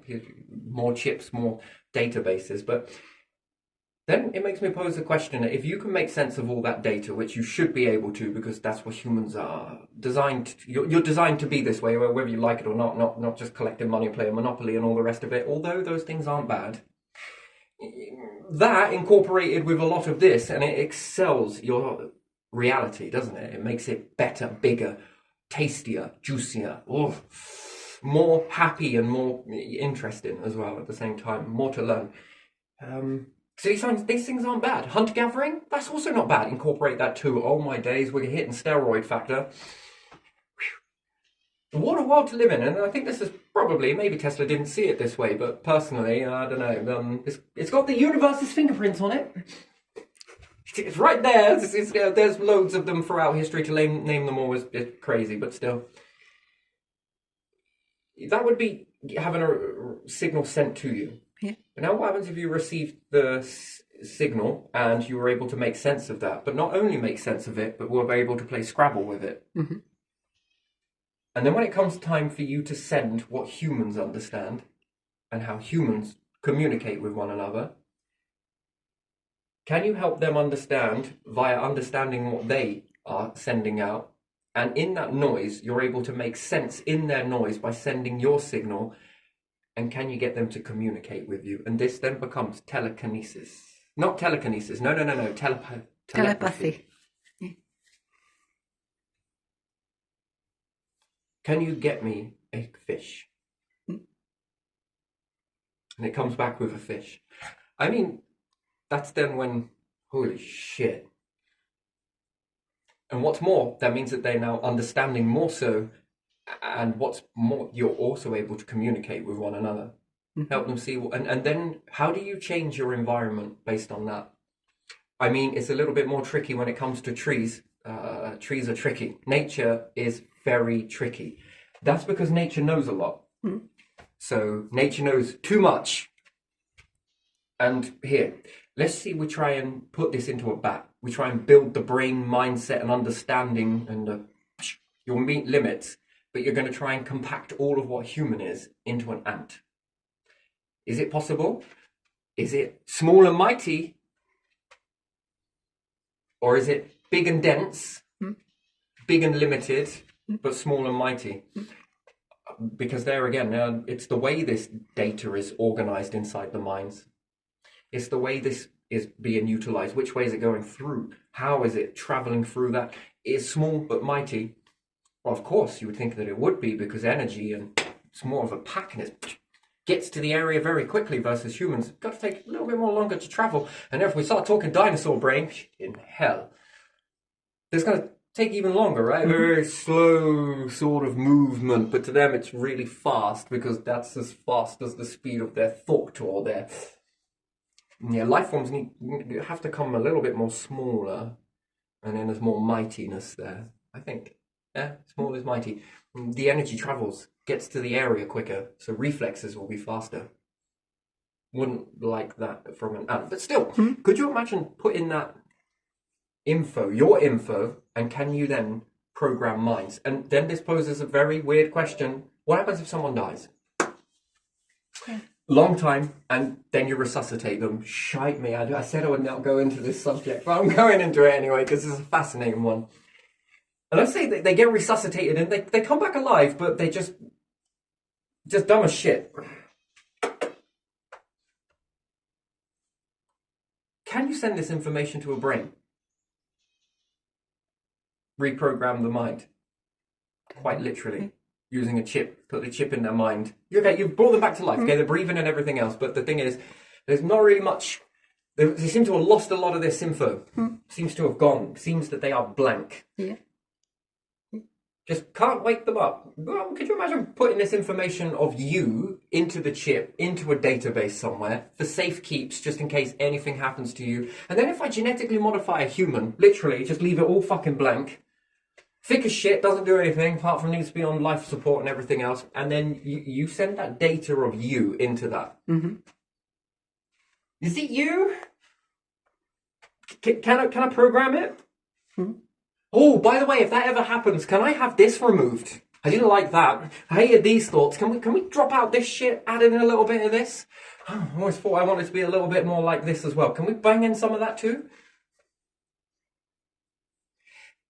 And again, if the human is a humanoid, right? Because I'll ask a question. You've got to ask them, haven't you? What if the face was very blank and you put this data in? Does it change the features of the person to make it look like the person? And then we'd be like, wait, hold on. You got more questions. We answered some questions. Yes, this is possible, but man, why the fuck does it look like? And it is our looks based upon the information that's getting squashed in there, or Maybe. I don't like this avatar. Why not? Too many mental health problems. Just doesn't fire in the correct way. I want a different avatar. Well, line up, because, you know, take your ticket. 67? Shit me, man. Wait, what was I here for again? Oh, yeah, that's right. Ticket, right. Yep, I want a new one of these. And then you get old. Might as well just go into a new vessel, mightn't you? But again, if you haven't aligned your society for this, this would be toxic on the earth, wouldn't it? Oh, you'd overrun it. Death would go bye-bye. Meet other life forms, and there's your bridge. There's your little golden ticket. Just, don't know, how do you reckon they would do that anyway, if you just sent them a chip and an instruction manual of where to put it? Or we were thinking of probing them in the arse.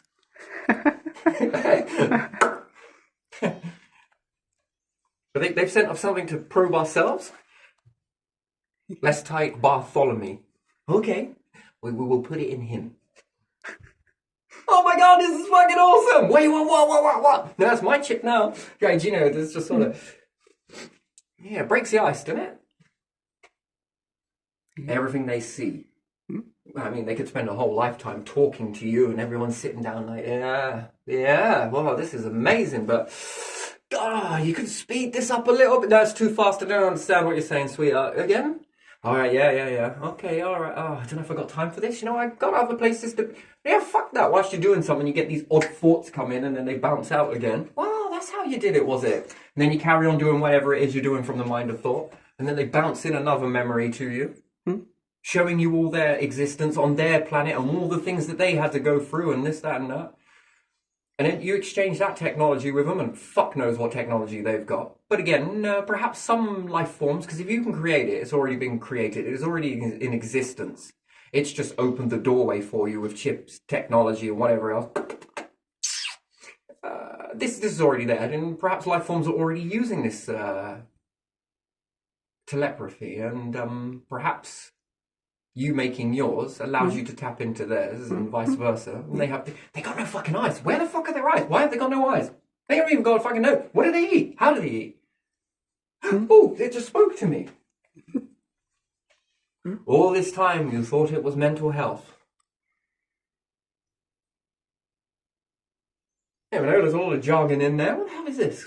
What the fuck was that?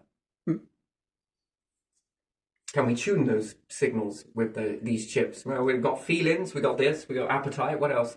Losing fear. Oh, some fears are good, some are not. One person learns one subject and it's told to everybody. Because, you know, that's where, again, you'd have the central hub, right? The mothership of all knowledge. And as soon as someone thinks something, bing, it's into the fucking database. You stick these in AI as well, because if they're learning at the same time, they're sticking it in, but I guarantee you humans will be the ones that excel that envelope. It will be like little sports day between the AIs and the humans. Then you understand pass the fucking parcel, or, you know, whatever else. I wouldn't say humans, because we'd have to say animals as well. Some are going to be very compatible to this, highly compatible. Probably shock you that dogs are more compatible than monkeys. I don't know, maybe monkeys are, who knows? And all of this starts with chips. And I believe that this has already been experimented with, actually, remote control mice. I think. I'm pretty sure. Man, come on, KGB, sure you have. Sure you have, Russia, I'm sure you have, because, you know, fucking transplants and shit. That is fucking amazing. Yeah. You're fucking right. Most people got really fucked up about it because it was a dog, and I was just looking at it thinking, fucking hell, yeah, but that is fucking incredible. And people used to I think communicate America has done some with different monkeys stuff with as well. Yeah, yeah. sign language, didn't they? Yeah. In past, they Yeah. did, and monkeys were able to learn, I don't know how many, quite a few words in sign language and ask for something or ask questions. Yeah. Yeah. So there is a way. So it shows you that they're more Yeah, into a yeah, different sort yeah, of understanding, yeah. which is not inherently different to humans in the beginning. They used to point. The universal language is pictures. Show a monkey their favorite food, and it will tell you in your brain while using this chip. If you ever wanted to know how to tap into an animal's understanding or psyche, show them their favorite food or their usual food, and this will trigger a response, and then it should send it to your mind, and then you'll be like, I make sense of that. So if I now think that and push it back to them, here you are. See, now you're understanding their language, and you're then going to start to make sense. We made sense out of scribble, out of really vibrations and clicking. We've made sense out of that. But really, it's a bunch of fucking noise. Yeah, it is. It's, you know, because go to different country and they have different bunch of noise and you don't understand that. Yeah, I like listening to foreign in a languages. group. If you ever learn a foreign language, you miss you. I think I would miss the way they flow over it. It sounds a bit like Biggie, the way he raps and goes across. You know, it's just that's what it sounds like when certain people talk, especially the French language. It's very beautiful, and then there are some others that are very. I think I would miss that. That sounds fucking good. I like that sound. It's different. Wait, if I learn this, then it means I know it, and then if I know it, then it's going to lose that edge, isn't it? No. No? Because you cannot fully, unless you were a young kid, you usually cannot fully learn the accent. Unless you go against yourself and you go to some specialist who will teach you perfect accent, but then it's kind of, I don't know. It's probably hard. But still, you made sense out of... And it come about with sounds with pictures, by the way. That's the way it happened. So if they were sitting on a beach somewhere, or... Actually, no, hunter-gatherers used to draw in many different ways. They used to burn the end of sticks. I think how they communicate... The sticks, it was to draw something, and they drew it, and then said, that. Or they said a word to it, and then everyone was like, dush. Dush. Yeah, and then travelers came from... Yeah, dush. Then travelers came from different area. Yeah. They drew picture, and these said this word, these said this word. Oh, that's a dog. Oh, that's a pes. Yeah. In my country, we say pes, dog. Yeah. Yeah, so they would give it an... translation. Or this.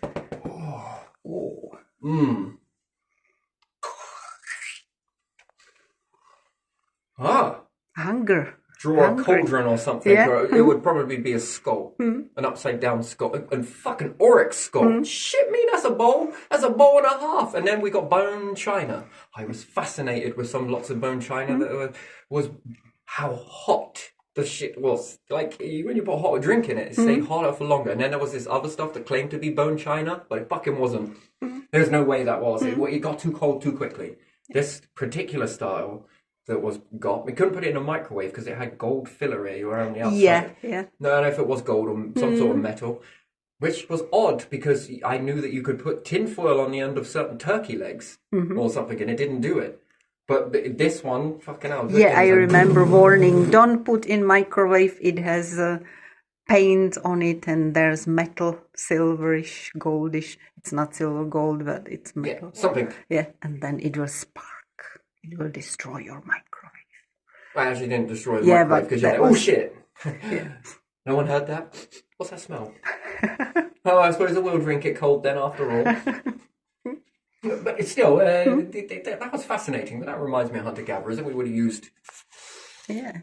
Oh, there's no evidence of any fucking this, that, or the other. You want to hammer something? Just use the boss on an animal. Shit me, man. Fuck all. They didn't have any nails, no, but they did have rib cages, though, and a shit ton of patience. And they knew how to carve into bone. But we would have found this by now.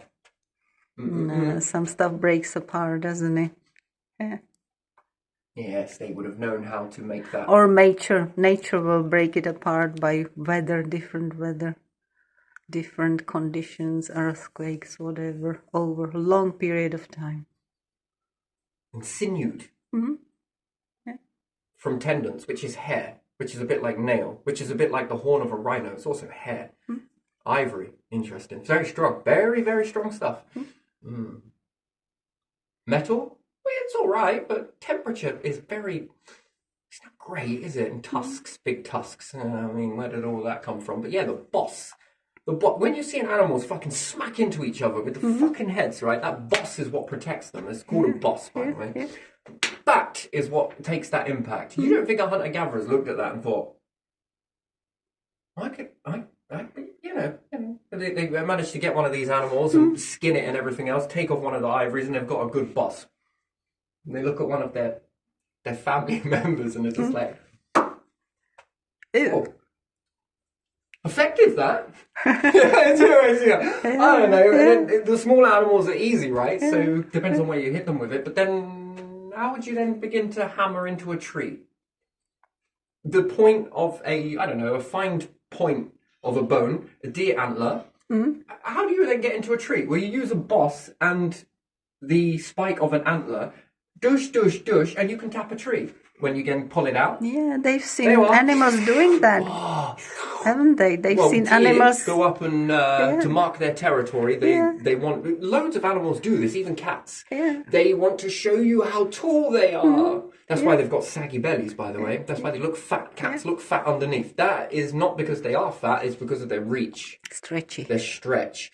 And they like to get up on trees and scratch all the way down there, and then they're like, you come here, you get those claws. Oh, by the way, you also get this piss as well. Yeah, like badgers do the same, don't they? They are kind of... Well, I think deers do it with their antlers. Yeah. But people saw them doing it with the antlers. So once you had the antlers, because you got the deer, you were like, how do they... Yeah.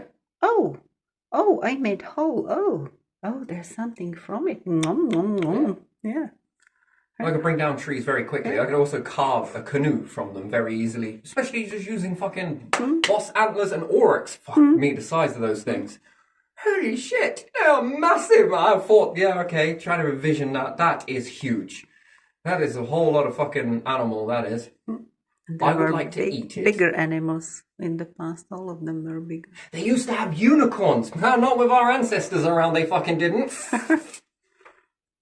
Probably saw them all off, didn't they? And carving trees and everything. Oh man, wood is it's like hot knife to butter, this stuff. And it's all natural, and then that would have got them discovering sinew. And then they used to make sewing needles out of bone. Come on, to carve that. That's fucking insane. Because you can corrode the stone with it, and the stone falls apart, and it shows you that it's brittle, right? Sort of. But then once you have what you need from that, the shape that you need, it's fucking hell. That will show stone to be weaker than the bone. Yeah. In some instances. And there you have it. So I would often use this. And I would. And I would also make saucepans from it as well. Especially depending on the right shape. And there's our missing link. That's our missing link. The missing link that everyone is searching for. The Holy Grail. Where did we come from? How did they cook things? How did they manage to boil water or make fucking pine needle tea or tap a tree? These are the things we just don't know. Well, you do now. Check. You mentioned something about a check. Well, I saw you getting a check. No, I need it. I'm just kidding. Come on. Right, but you get what I mean, right? So, But what about just stone that had carved in it sort of bowl? Yeah. Over time, it would break apart. You would never find it, and it would be standing like around the fire. Yeah. You can cook in that. Problem is with stone, when it gets too hot, it breaks. Some of it shatters. Yeah. So these things wouldn't last for very long. But I don't think that they were... When they had something of big significance, today we indoctrinate ourselves because we want to put everything into small portions. Yeah. So it becomes a selfish meal. Fuck off, this is mine. But back then, it was one massive cauldron, and if you were hungry, walk past and eat it. Yeah, you have This kept you alive for days. And even if the fire went out, the interesting thing was they loved animal fat. Animal fats were highly sought after for many reasons. And if they laced a meal with a lot of animal fat, when the fire went out, it created a lard barrier. Yeah, you have which lard preserved and the food. cracklings and People eat it up to this day. So you wouldn't need to salt it. And, you know, that even in little parcels like this with the lard layer over it, the food would last indefinitely, and most things couldn't penetrate it anyway, so it stored up for long term. You'd have to carry this stuff, of course. But again, if you've got, they have found deer antlers. This looks like the first modern day rucksack, and it's really good, by the way. It's a very good rucksack because when you intertwine these with others, it makes you look bigger and it makes other animals intimidated by you. So if you take the antler from one and connect it using the sinew to another, and you put 4 holes in it, obviously it's gone, now it's dead. And you then attach the same, because they made string, very good string, and by today's standards it was excellent. You can wear this on your back. And what's more, on the antlers that stick up, you can hook all of your essentials on it and your hands were free. Remember, their hands had to be free back in hunter-gatherer times because things wanted to kill them and eat them. They were on the menu. Human were on the menu. You're going to have your hands full carrying shit? No. Your hands are going to be free. Why? Because these are the things that save you. Or at least deter things. And then when you combine this to somebody else and you walk together, 2 of you now, got 2 antlers sticking out of you, you look fucking menacing. You look absolutely menacing, really you do. And also the smell of rotting food. You know, your smell is very bad as humans, but to other animals, it absolutely reeks. You smell dead, yes? And it's like, ooh, I don't know if I want to eat that. That's why we generate smell. Yeah, and you protect yourself on the back because you have some antlers there. Exactly. So any surprise attack, and then if you're very big, you can also carry a lot of things. Children are safe, and you can just be ready. All you need to do, and you know, most people underestimate how strong they were. These are incredibly strong beings. Their diets were absolutely phenomenal. This is about optimal diets. Most things eat Sunday dinners in reverse, right? Rabbits eat small portion of protein versus a lot of vegetable. So they like a lot of veg, but they do eat a small amount of protein. Whereas a cat, for example, likes a massive amount of meat and a small amount of vegetable. Because if they eat a rabbit, it's brutal, but if you've ever seen a cat eat an animal, they will eat the stomach too. I mean, it's... so what the hell, man? You can't... how do you tell a cat, don't bring that in here? Whereas it's sitting there with its big eyes and it's fucking... all right, beast. As you were. And then eventually you just sort of get used to this, that they are fucking munching this stuff. Fucking everything except for the shit sack, tail, and 2 feet. Everything else, gone. So you don't understand what it is about the front feet. Must be delicacy, but anyway. But the stomach, that they like to eat that. And nothing's wasted. So that you can see that is a lot of protein versus a little bit of vegetable. So in cat's diet, they are eating what the rabbit eats. It's very interesting, but it's true. And again, do you see this as the yin and yang symbol? Yeah. So during times when times get hard, rabbits should be able to eat protein only when the times come when it's needed and necessary. Spiders didn't always eat flies. Shit, they were sappers. They loved sap. And you know, most venomous animals actually have the anti-venom in them. It's a weird thing, isn't it? Kind of weird. Sort of. Not all of them, actually, but still, most. Got to be able to protect themselves from that shit, haven't they? Yeah. Because if not, how the fuck do you hold this stuff, make this stuff, and you don't die? Shit me, you so much as even drop a needle's worth of that in me, and I'm fucked. How do you do that? Well, you must have some layer of protection from it. That's a very interesting thing, indeed, isn't it? And, you might not be able to eat poisonous plants, but an animal that eats the poisonous plants and then you eat the animal, you're going to be slightly... do you see, there it goes again. You've got a trace amount of toxin versus a large amount of not toxin. And slowly but surely, just from that small amount, because this thing eats it in abundance, you're building up tolerance. Isn't it weird? Don't you find that fascinating? And that's doorways into things is just the way it is. Anyway, that's getting really off topic. I mean, we get grounded. I like bouncing. I do. I like bouncing all over the place because it's just where I like to be. But yeah, these chips, fucking Pandora's box waiting to happen, and more questions than answers. And I think it brings about a better world. Don't you think? Yeah. People having a hard time, and you can see it. You can see the patterning that's there, and maybe it's not possible to eliminate that completely in the beginning, but is there a way to buffer it? Mm-hmm. We see how well this works externally, but just not quite. It just misses that. And sociology becomes a thing. The next subject that humans will learn in this situation will be sociology, the way the environment affects the mind. Mm-hmm. And this is when it begins to be undoubtedly, without a shadow of a doubt, that this will play the most massive factor. And psychology will be looked at as the cherry on the top, the smaller version of a much more larger mechanism. And again, once again, we have yin and yang. And it's because we are so external. We're all external, so we look at psychology, but we're in the maze of sociology. Yeah. And then when you make this chip, we flip.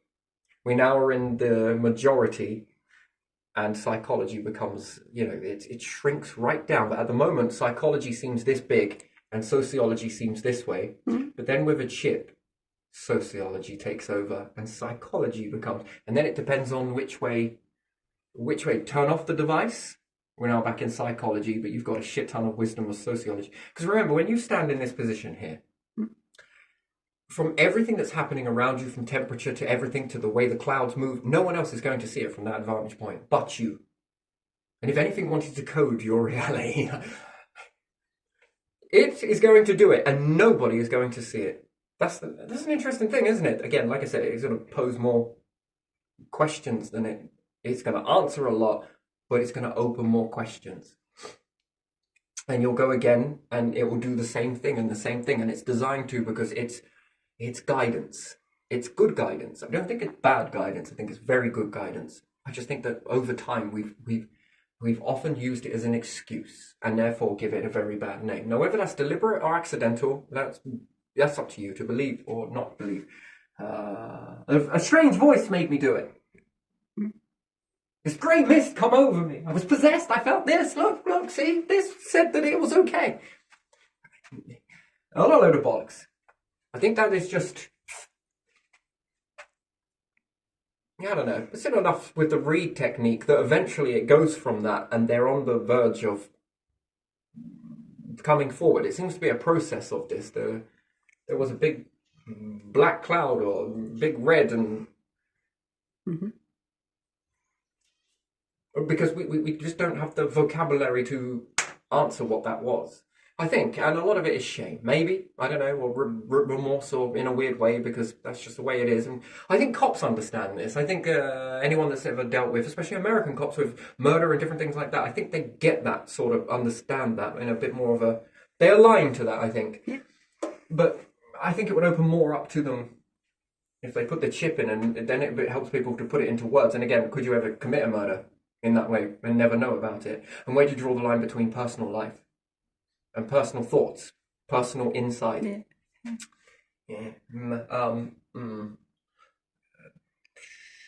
I think people should have a right to have that, don't you? Yeah. Sort of omit certain things, and but also that's where it needs to be a choice to take it off or to disengage it. Osiris version, disconnect. And then have will to put that in and turn it off when you need to. Yeah. And should that be interfered with? Well, I think that should be left to the maker, so to speak, or whoever, the creator. And just to say that we're not been created or being guided is just a hell of an understatement. I will go into this one in a bit more of a different video. So it's just touching up on yesterday, really, to be honest. So yeah, this chip really has far to go. It could. Feelings, and do we get offended or do we get less offended? And then can we understand our animals more so? Do we get to understand by showing them up a flashcard? Like I said in the other one, the psychiatrist with the old ink splats. Close. Fucking close. And then they hold up banana to a monkey. Oh, and then we're seeing all of that shit go on in the mind and what that is. And now we automatically know that if we think that and send that image back to them, do they start jumping again without the flashcard? And then the answer is yes. Then that means banana. And then when they start thinking about that, when they come up to you and look at you in that certain way, now you're labeling the look with the associated, the right, because you're now making sense of that noise. It might not look like banana to you, but to that, it's going to have a signal that transforms its brain into action, which then creates the body to do something because I want that. And then you're making sense of what they're thinking. And slowly but surely, you then begin, just like the old ways of hunter-gathering, the way that they learned language and adopted it and adapted it and made it so much so that means humans before a certain era were quite quiet. And they would have been because predators, right? They hear you. Most animals are very quiet at certain intervals because they understand threat. So they are also on dinner chains. So it's in their best interest just to quiet down. Yeah. Bit like a jaguar. Mm-hmm. Is it a jaguar or leopard? Not leopard. Not cheetah. It could be a leopard. The stealthy ones. Yeah, I think it's leopard. Yeah, I like that. Very nice. But still, lions too. But leopards more quiet. Yeah. Yeah. More in jungle leopard. Yeah. Very stealthy. Very quiet. They don't make a lot of noise. So, but there is this fucking knowing that's going on, and that would be an interesting thing to tap into, wouldn't it? How are you communicating? You are communicating. How? And unless it's sound, they're hearing that mum just stopped, so they stop. Sort of look back. But how do you know when to stop when you didn't even look back? It's not like you got fucking mirrors. We need mirrors. Do you know that? In order to see behind us, we need fucking mirrors. You just zoned into it. They just stop. And they all wait at the same time. And we could say that they're hearing something, but how do we not know they're not triggering something? And if this chip is truly possible, which it is, fucking easy, then other life forms, you can see how easy that would be to tap into this same... If it's already happening, then... it's already happened. And other life forms are able to, and then it opens Pandora's box again. So, telepathy was seen as laughable subject, and then it's one that needs to be taken quite seriously. Then, doesn't it? How stealthy could you be as a life form that was using this? Turn your back to someone and tell them everything. So there would be a difference in body language, wouldn't there? This whole, look at me when I'm speaking to you. They wouldn't have it. Why? Because they never had need for eyes. They saw in a different way. Mapped the environment in a very different way, which would then help you to see things. Whoa. Now who's seeing who right here? You get me started on the stars and the different colours and variations of stars and at their different intervals. Who's seeing correctly in the correct light? Who is in the correct light? That's another question. And then if you're seeing things with this sensor and it, fuck me, you lie so much, there's like, when people used to say, my favourite, you tell lies. They're not talking to me, they're talking about my eyes, aren't they? But hold on a second, you zone out when you hear those sort of things get said to you a lot. And then it makes you think deeper, like the eyes. Yeah, you're not far from the truth there. You're pointing at the eyes, not the person, because it would be like this in the centre then, wouldn't it? You are, and plus it's water off a duck's back because it's something that you want to believe because you want to hide something anyway. Whatever, doesn't matter. But it gets you thinking a bit more deeper. The eyes do fucking lie a lot, don't they? Well, what do we not see? Infrared. Okay, that's wonderful. Moving. Next one, dark energy. Okay, next one, molecules. Okay, next one, things magnified. We don't see that. We see this. And then it makes you wonder, which one is the correct version? That we're seeing it like this, all of it like this, or the magnification level? Or if I zoom out, which one is the correct alternate version of that? Well, all of them, or none. So it's all or none, right? And then if something else is using this ability to map an area, so we'll understand it. Bats are squeaking, and then it's coming back, and it's building an image. Who's seeing it correctly? What does that image look like? Does it even resemble anything like the environment? And if it does, or it doesn't, not just infrared, thermal. We don't see thermal, do we? So who is seeing correctly? And then is it a case that when you collect enough life forms and you build a database of all of these different variations, aren't they all true? And then when the lights are dim, you know, you're looking into a mirror and the lights are slightly dim. Yeah. Have you noticed how you look kind of a bit weird, bit witchy, bit... Did I just do that? Did anybody else see? Did you see that? Hey, wait a minute. If I look in a mirror bouncing off a mirror that goes into another mirror, how come I can see my granddad? So the first pictures beforehand, it's me, and then there's my grandfather. Well, I understand my grandfather to look like. Wait, what just happened? Did I just age? Wait, what is going on here? You know, it really starts out, yeah. Put ultraviolet light on. Wait, I look different. Very different. I don't see veins. Wait a minute. So if we were living around an ultraviolet star, we wouldn't understand those beautiful little things that carry blood then. High pressure sodium, also those. The orange lamps, they also make it nigh on impossible for you to see veins. That's why they're in most toilets, by the way. Did you know that? No. No, because it stops certain things. Never mind. I don't want to bring it into the video, but still, that I think is why they're there. Certain light can end.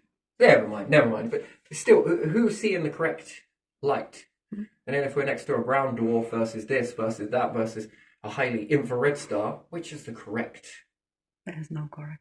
Yeah, they're all correct. Yeah. But imagine seeing all of that light all at the simultaneous time and have the ability to see it. What would we look like? Yeah. Would that then be our true form? Mm-hmm. And then if the sun's starting to set or rise, and we look at ourselves in a mirror or stream or pond or whatever it may be, are we actually seeing ourselves correctly? Mm-hmm. And then the different lights that come on can remove freckles or amplify them or remove spots in certain... I mean, then it's like, whoa. It's like 1 minute I had them, I don't have them, but I know I've got them. But do I actually have them, or is the brain just highly sensitive to this stuff? Mm-hmm. Yeah. You know, what format is the brain at? Mm-hmm.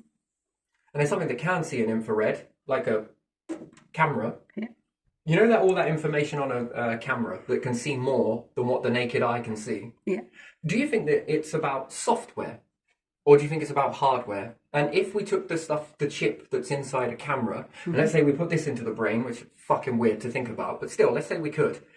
Can we give that same data that allows us to see infrared at will? This is the question, or ultraviolet, or whatever it may be, thermal. Could you imagine that? Because after all, it's a chip that is necessary for it, and then it's got what? The necessary, so that's hardware and software, yes? But is there a way to put that into the humanware? And then you get the trifecta effect, which, now, is that beneficial or not? Can we add all of that together and then create a new version of vision? And then, wow. You don't miss nothing, you, do you? I most certainly do not. Touché. You literally are seeing a lot. And then what about sounds? The ears are not capable of listening to this. It's better than sticking a microphone on, but the ear is representation of a microphone. If, again, we put this information in there at will, which would be better, you know, maybe in standard version, it will only let you hear all of these sounds, which would then create a lot of noise and then probably bleach out a lot of sounds or sight. But eventually, that software would develop naturally, well, people would make it develop, so that you can, at will... Do you hear that? No. What's it in? It's in the higher frequency spectrum. Beyond human... Okay. Oh, I hear it. And then do we rise up into it and then fall down into it and be able to hear the deeper stuff? And at will, then it goes back to the baseline of what we're accustomed to hearing. But at will, we can send it. But then it means if you can hear that sound, there's a high chance that the sounds that you're currently used to hearing disappear in order for you to hear that. Now, that would be a weird thing, wouldn't it? So your current sight as you see it would be standard. Anything in the spectrum above or below means that this one will be lost. Never mind turning your pictures into monochrome and all the rest of it. You can do it with your eyes. Just think it. And what would it be like, brain, to see things in black and white? Oh, it's like I just transported to the 1950s. Yeah, but Terry, they didn't see in black and white. Yeah, but it feels like it. Look at this. It's like fucking 80s or something. Silver screens. Silver screens. Wonderful. I like that memory, but could you just give it a little bit more yellow effect? Shit, me, look at what you could do, right? And never mind doing a program on your phone. You never need a phone again. Why? Because it becomes the mind. The mind becomes this tool. Update it with a program. Okay, I'm going to build some things now on coral. Done it. What did you do? Beep, boing, eat this. Fucking hell, that's pretty good. I also told loads of robots to do it. They should have built it right about now. There you are. I know, it's like we're walking through your imagination. I know, it's great. Yours is next. Come on, that's good. Never mind a Stephen King book and being able to read it. He needs a password, right? We're going to have a filter for you. I'm going to okay certain things, and when I'm ready to listen or hear it, you know, but when I do, and I will, you know, just some horrors. But again, he'd be able to think it, and then you'd be able to walk through the movie. You'd be the character in the movie. Oh, that would be fucked up. He'd then be able to remote control you, making movies that move you through. So basically, the whole fucking arena. Oh, we're going really far into this now, aren't we? So the whole arena acts out the stage, and you become the character that you can't have free will of where you go because the story is going to move you through it. Anybody? Anyone? No? Would you do something like that? Yeah. It wouldn't be physically you. It would be an imaginative version of you, and it would seem so real. Like I said, it's going to make more questions than answers. So it would make your imagination version of you walk forwards, but it would feel like you walked forwards and then a moment of you would stop, and then this inner world of you would walk forwards. So then we can really fuck it up. You know what I mean? Like fucking, oh man, that would be interesting. You'll be actually in that horror movie, going through all of that stuff. I mean, whew, they said that when humans reach this, I found it bullshit, but still, they say that when humans reach the limit of what they can think and different things like that, they'll reach this thing called a dome. There's no such thing. With all of this shit, come on, and you would think that this could never happen. Oh, I think it can. Because the constructs would be imaginary, not real, taking up no room, whilst you're travelling from one star system to another. This keeps you occupied. Never mind playing a game, and you don't get tired. Why? Because you're resting. You have a straw in the mouth as well. Drink that fluid when you need it. I can think of another thing for a catheter and all the rest of it. But, you know, in this particular, you're in suspended animation anyway, right? And I wonder how much more you live in that aspect. Perhaps you're rigged to an exercise machine as well that comes on every now and then to simulate you running. But I don't think it needs to. But even still, because the power of the mind is so much more than reality. And now you're using that quantum reality to literally build it. None of this face goggle bullshit or looking in this. No, it's like you're really there.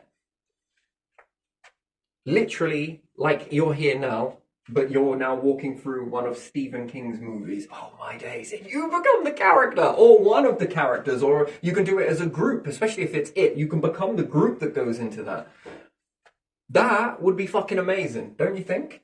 Yeah. Bring a whole new meaning to horror. As soon as you come back into reality, oh my days, that was fucking amazing. You should, seriously, you should try this. Or just did. It was fucking good, wasn't it?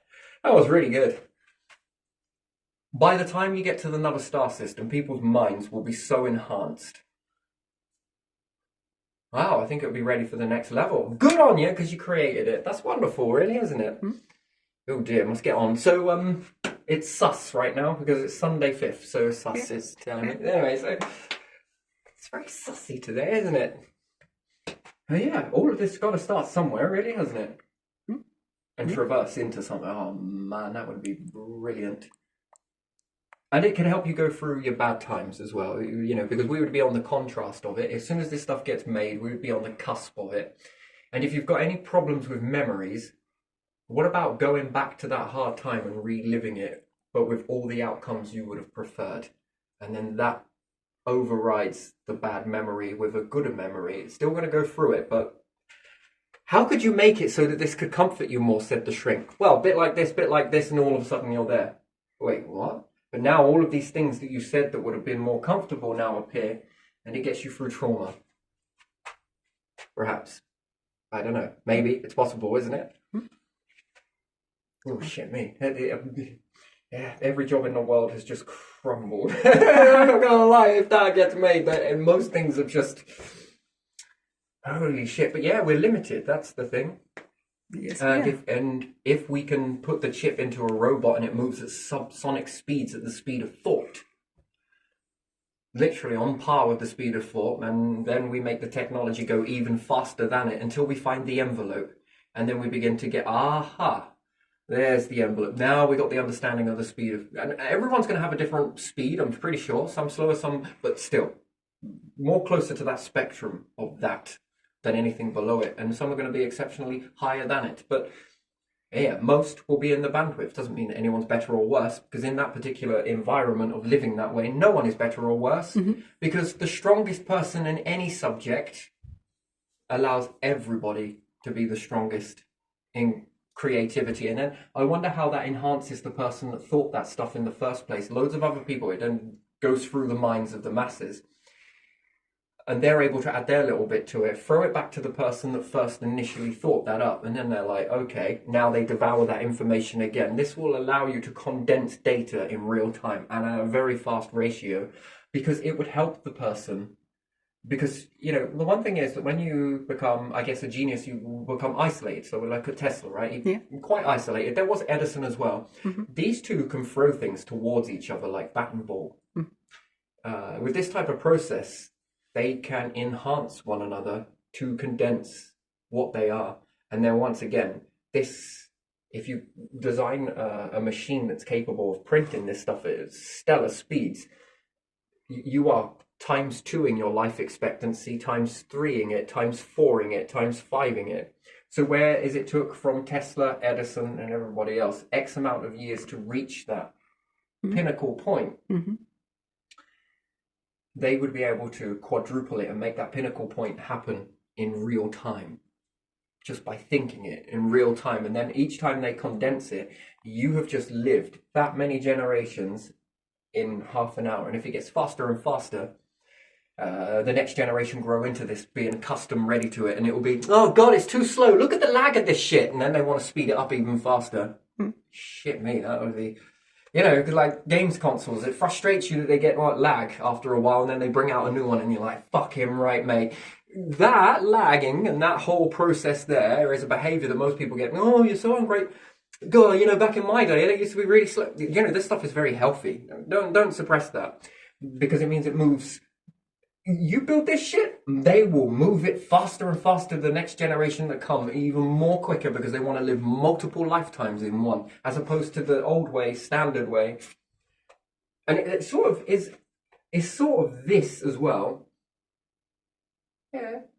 This sort of prepares you a little bit more for this, because, you know, think it and it happens. So you've got to be able to control your thoughts. You've got to be able to be, not control them, no, that's not the right word, but wise in what you, this, because in a place where it's unlimited like that, you can make it a nightmare in thoughts, or you can make it an absolute dream beautiful. And then you've got to have a lot of trust with people, because if people are going to try and sabotage that or try and hack it, I think punishments for that should be severe. I really do. I think that anything like that tries to dirty minds in that way or corrupt people, and I think that is a very serious offence. I think that should come with maximum penalty attached to it. I think that should. And I think that it should be prized with maximum abundance attached to the ones that are uplifting, not the ones that are destroying. That should have maximum penalty. Yeah, I do. If not, making that nigh on impossible, not to focus on that, to focus on this, because it's beneficial for all. Yeah. I think that should. It is, isn't it? Yeah. You know, if you were to create something that eliminated that, because that would be the new, what, terrorism, would you call that? I don't know. That would just melt humanity. There's no space for that. And again, this could cause fractions in this, because how do you trust people? Yeah, that's going to be the next bit. That will need migrating over for trustworthiness, and then there's going to need gatekeepers on this. But again, gatekeepers are susceptible of being corrupted too, so the gatekeepers need to be watched too. I trust AI more so to be gatekeeping, but it's self-regulating AI in this way that is nigh on impenetrable. It keeps switching each time. in order to outrun any human attempts. Quick calculation, but still, because if not, people are going to be like, well, who do we trust? Well, we've got a group of people that we do trust. Should we move away from this sort of stuff? Should we go over here in the craft and do... that's a bit sad that you can't trust in that way. So therefore, abundance needs to be the thing where people can trust one another. And it's cool. Don't worry. There's nothing to fret about. No one's better than anybody. We're all equal in this. And we're all equal with differences, different subject fields, different versions where we're going to go into in thought or whatever it may be. And whilst you're in that thought process, the things you like, other people are in those thought processes, that when you drop out of that thought process, you're living in somebody else's mindset. Nice. You can do this and bounce from each one, but always focusing on your main task. And then your main task becomes everybody's task. And the more you put into that, the more people understand it. And there you are. And then everyone has this knowledge at any time. And it lessens the isolation.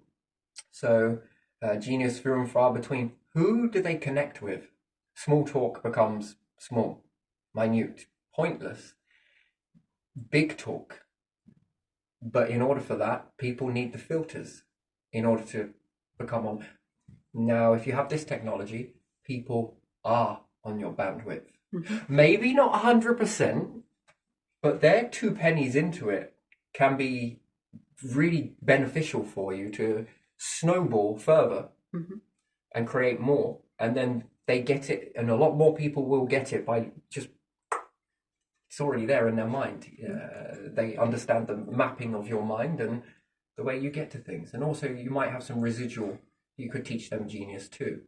And then anyone that is genius teaches everyone how to be genius, and then Pandora's box when it comes to spirituality and things like that. What people see. Near-death experiences. Oh my shit.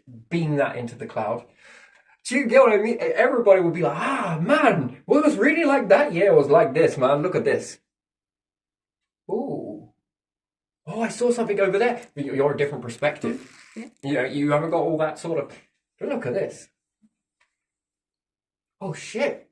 So there's got to be something. Right. This is I've been telling you this. What happens when every time you look at it? Does it make you change? Does it make you more of what you are? Oh, yeah, it did. I don't know. Maybe it was me saying it. Let's not tell this person and get them to watch it. You want to see it? See it? And watch them. Did they get better at something? Did they get worse at something? You see, these people used to get struck by lightning and then they became fucking this, and this.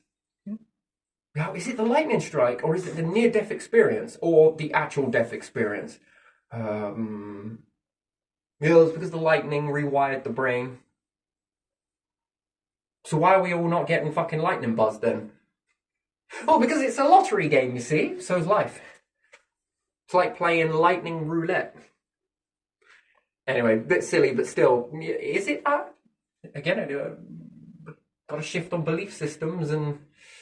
Interesting what people really think. Anyway, but yeah, let's leave this one here, because if not, I could dive in this for the rest of the day, and I really could keep throwing things at it.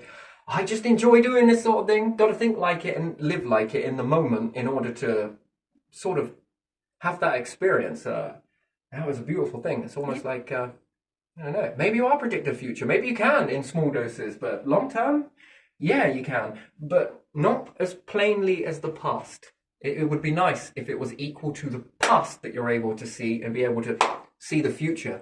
But there again, would it be a boring life? And would you learn anything if you already knew the process? Probably not. Past seems boring, right? But the future is unknown and it seems very interesting. Is that more to the, why would I want to watch that? Let's go play on the Master System. Well, it's like fucking 100 years old. Well, you're living in the past. I suppose you could be right.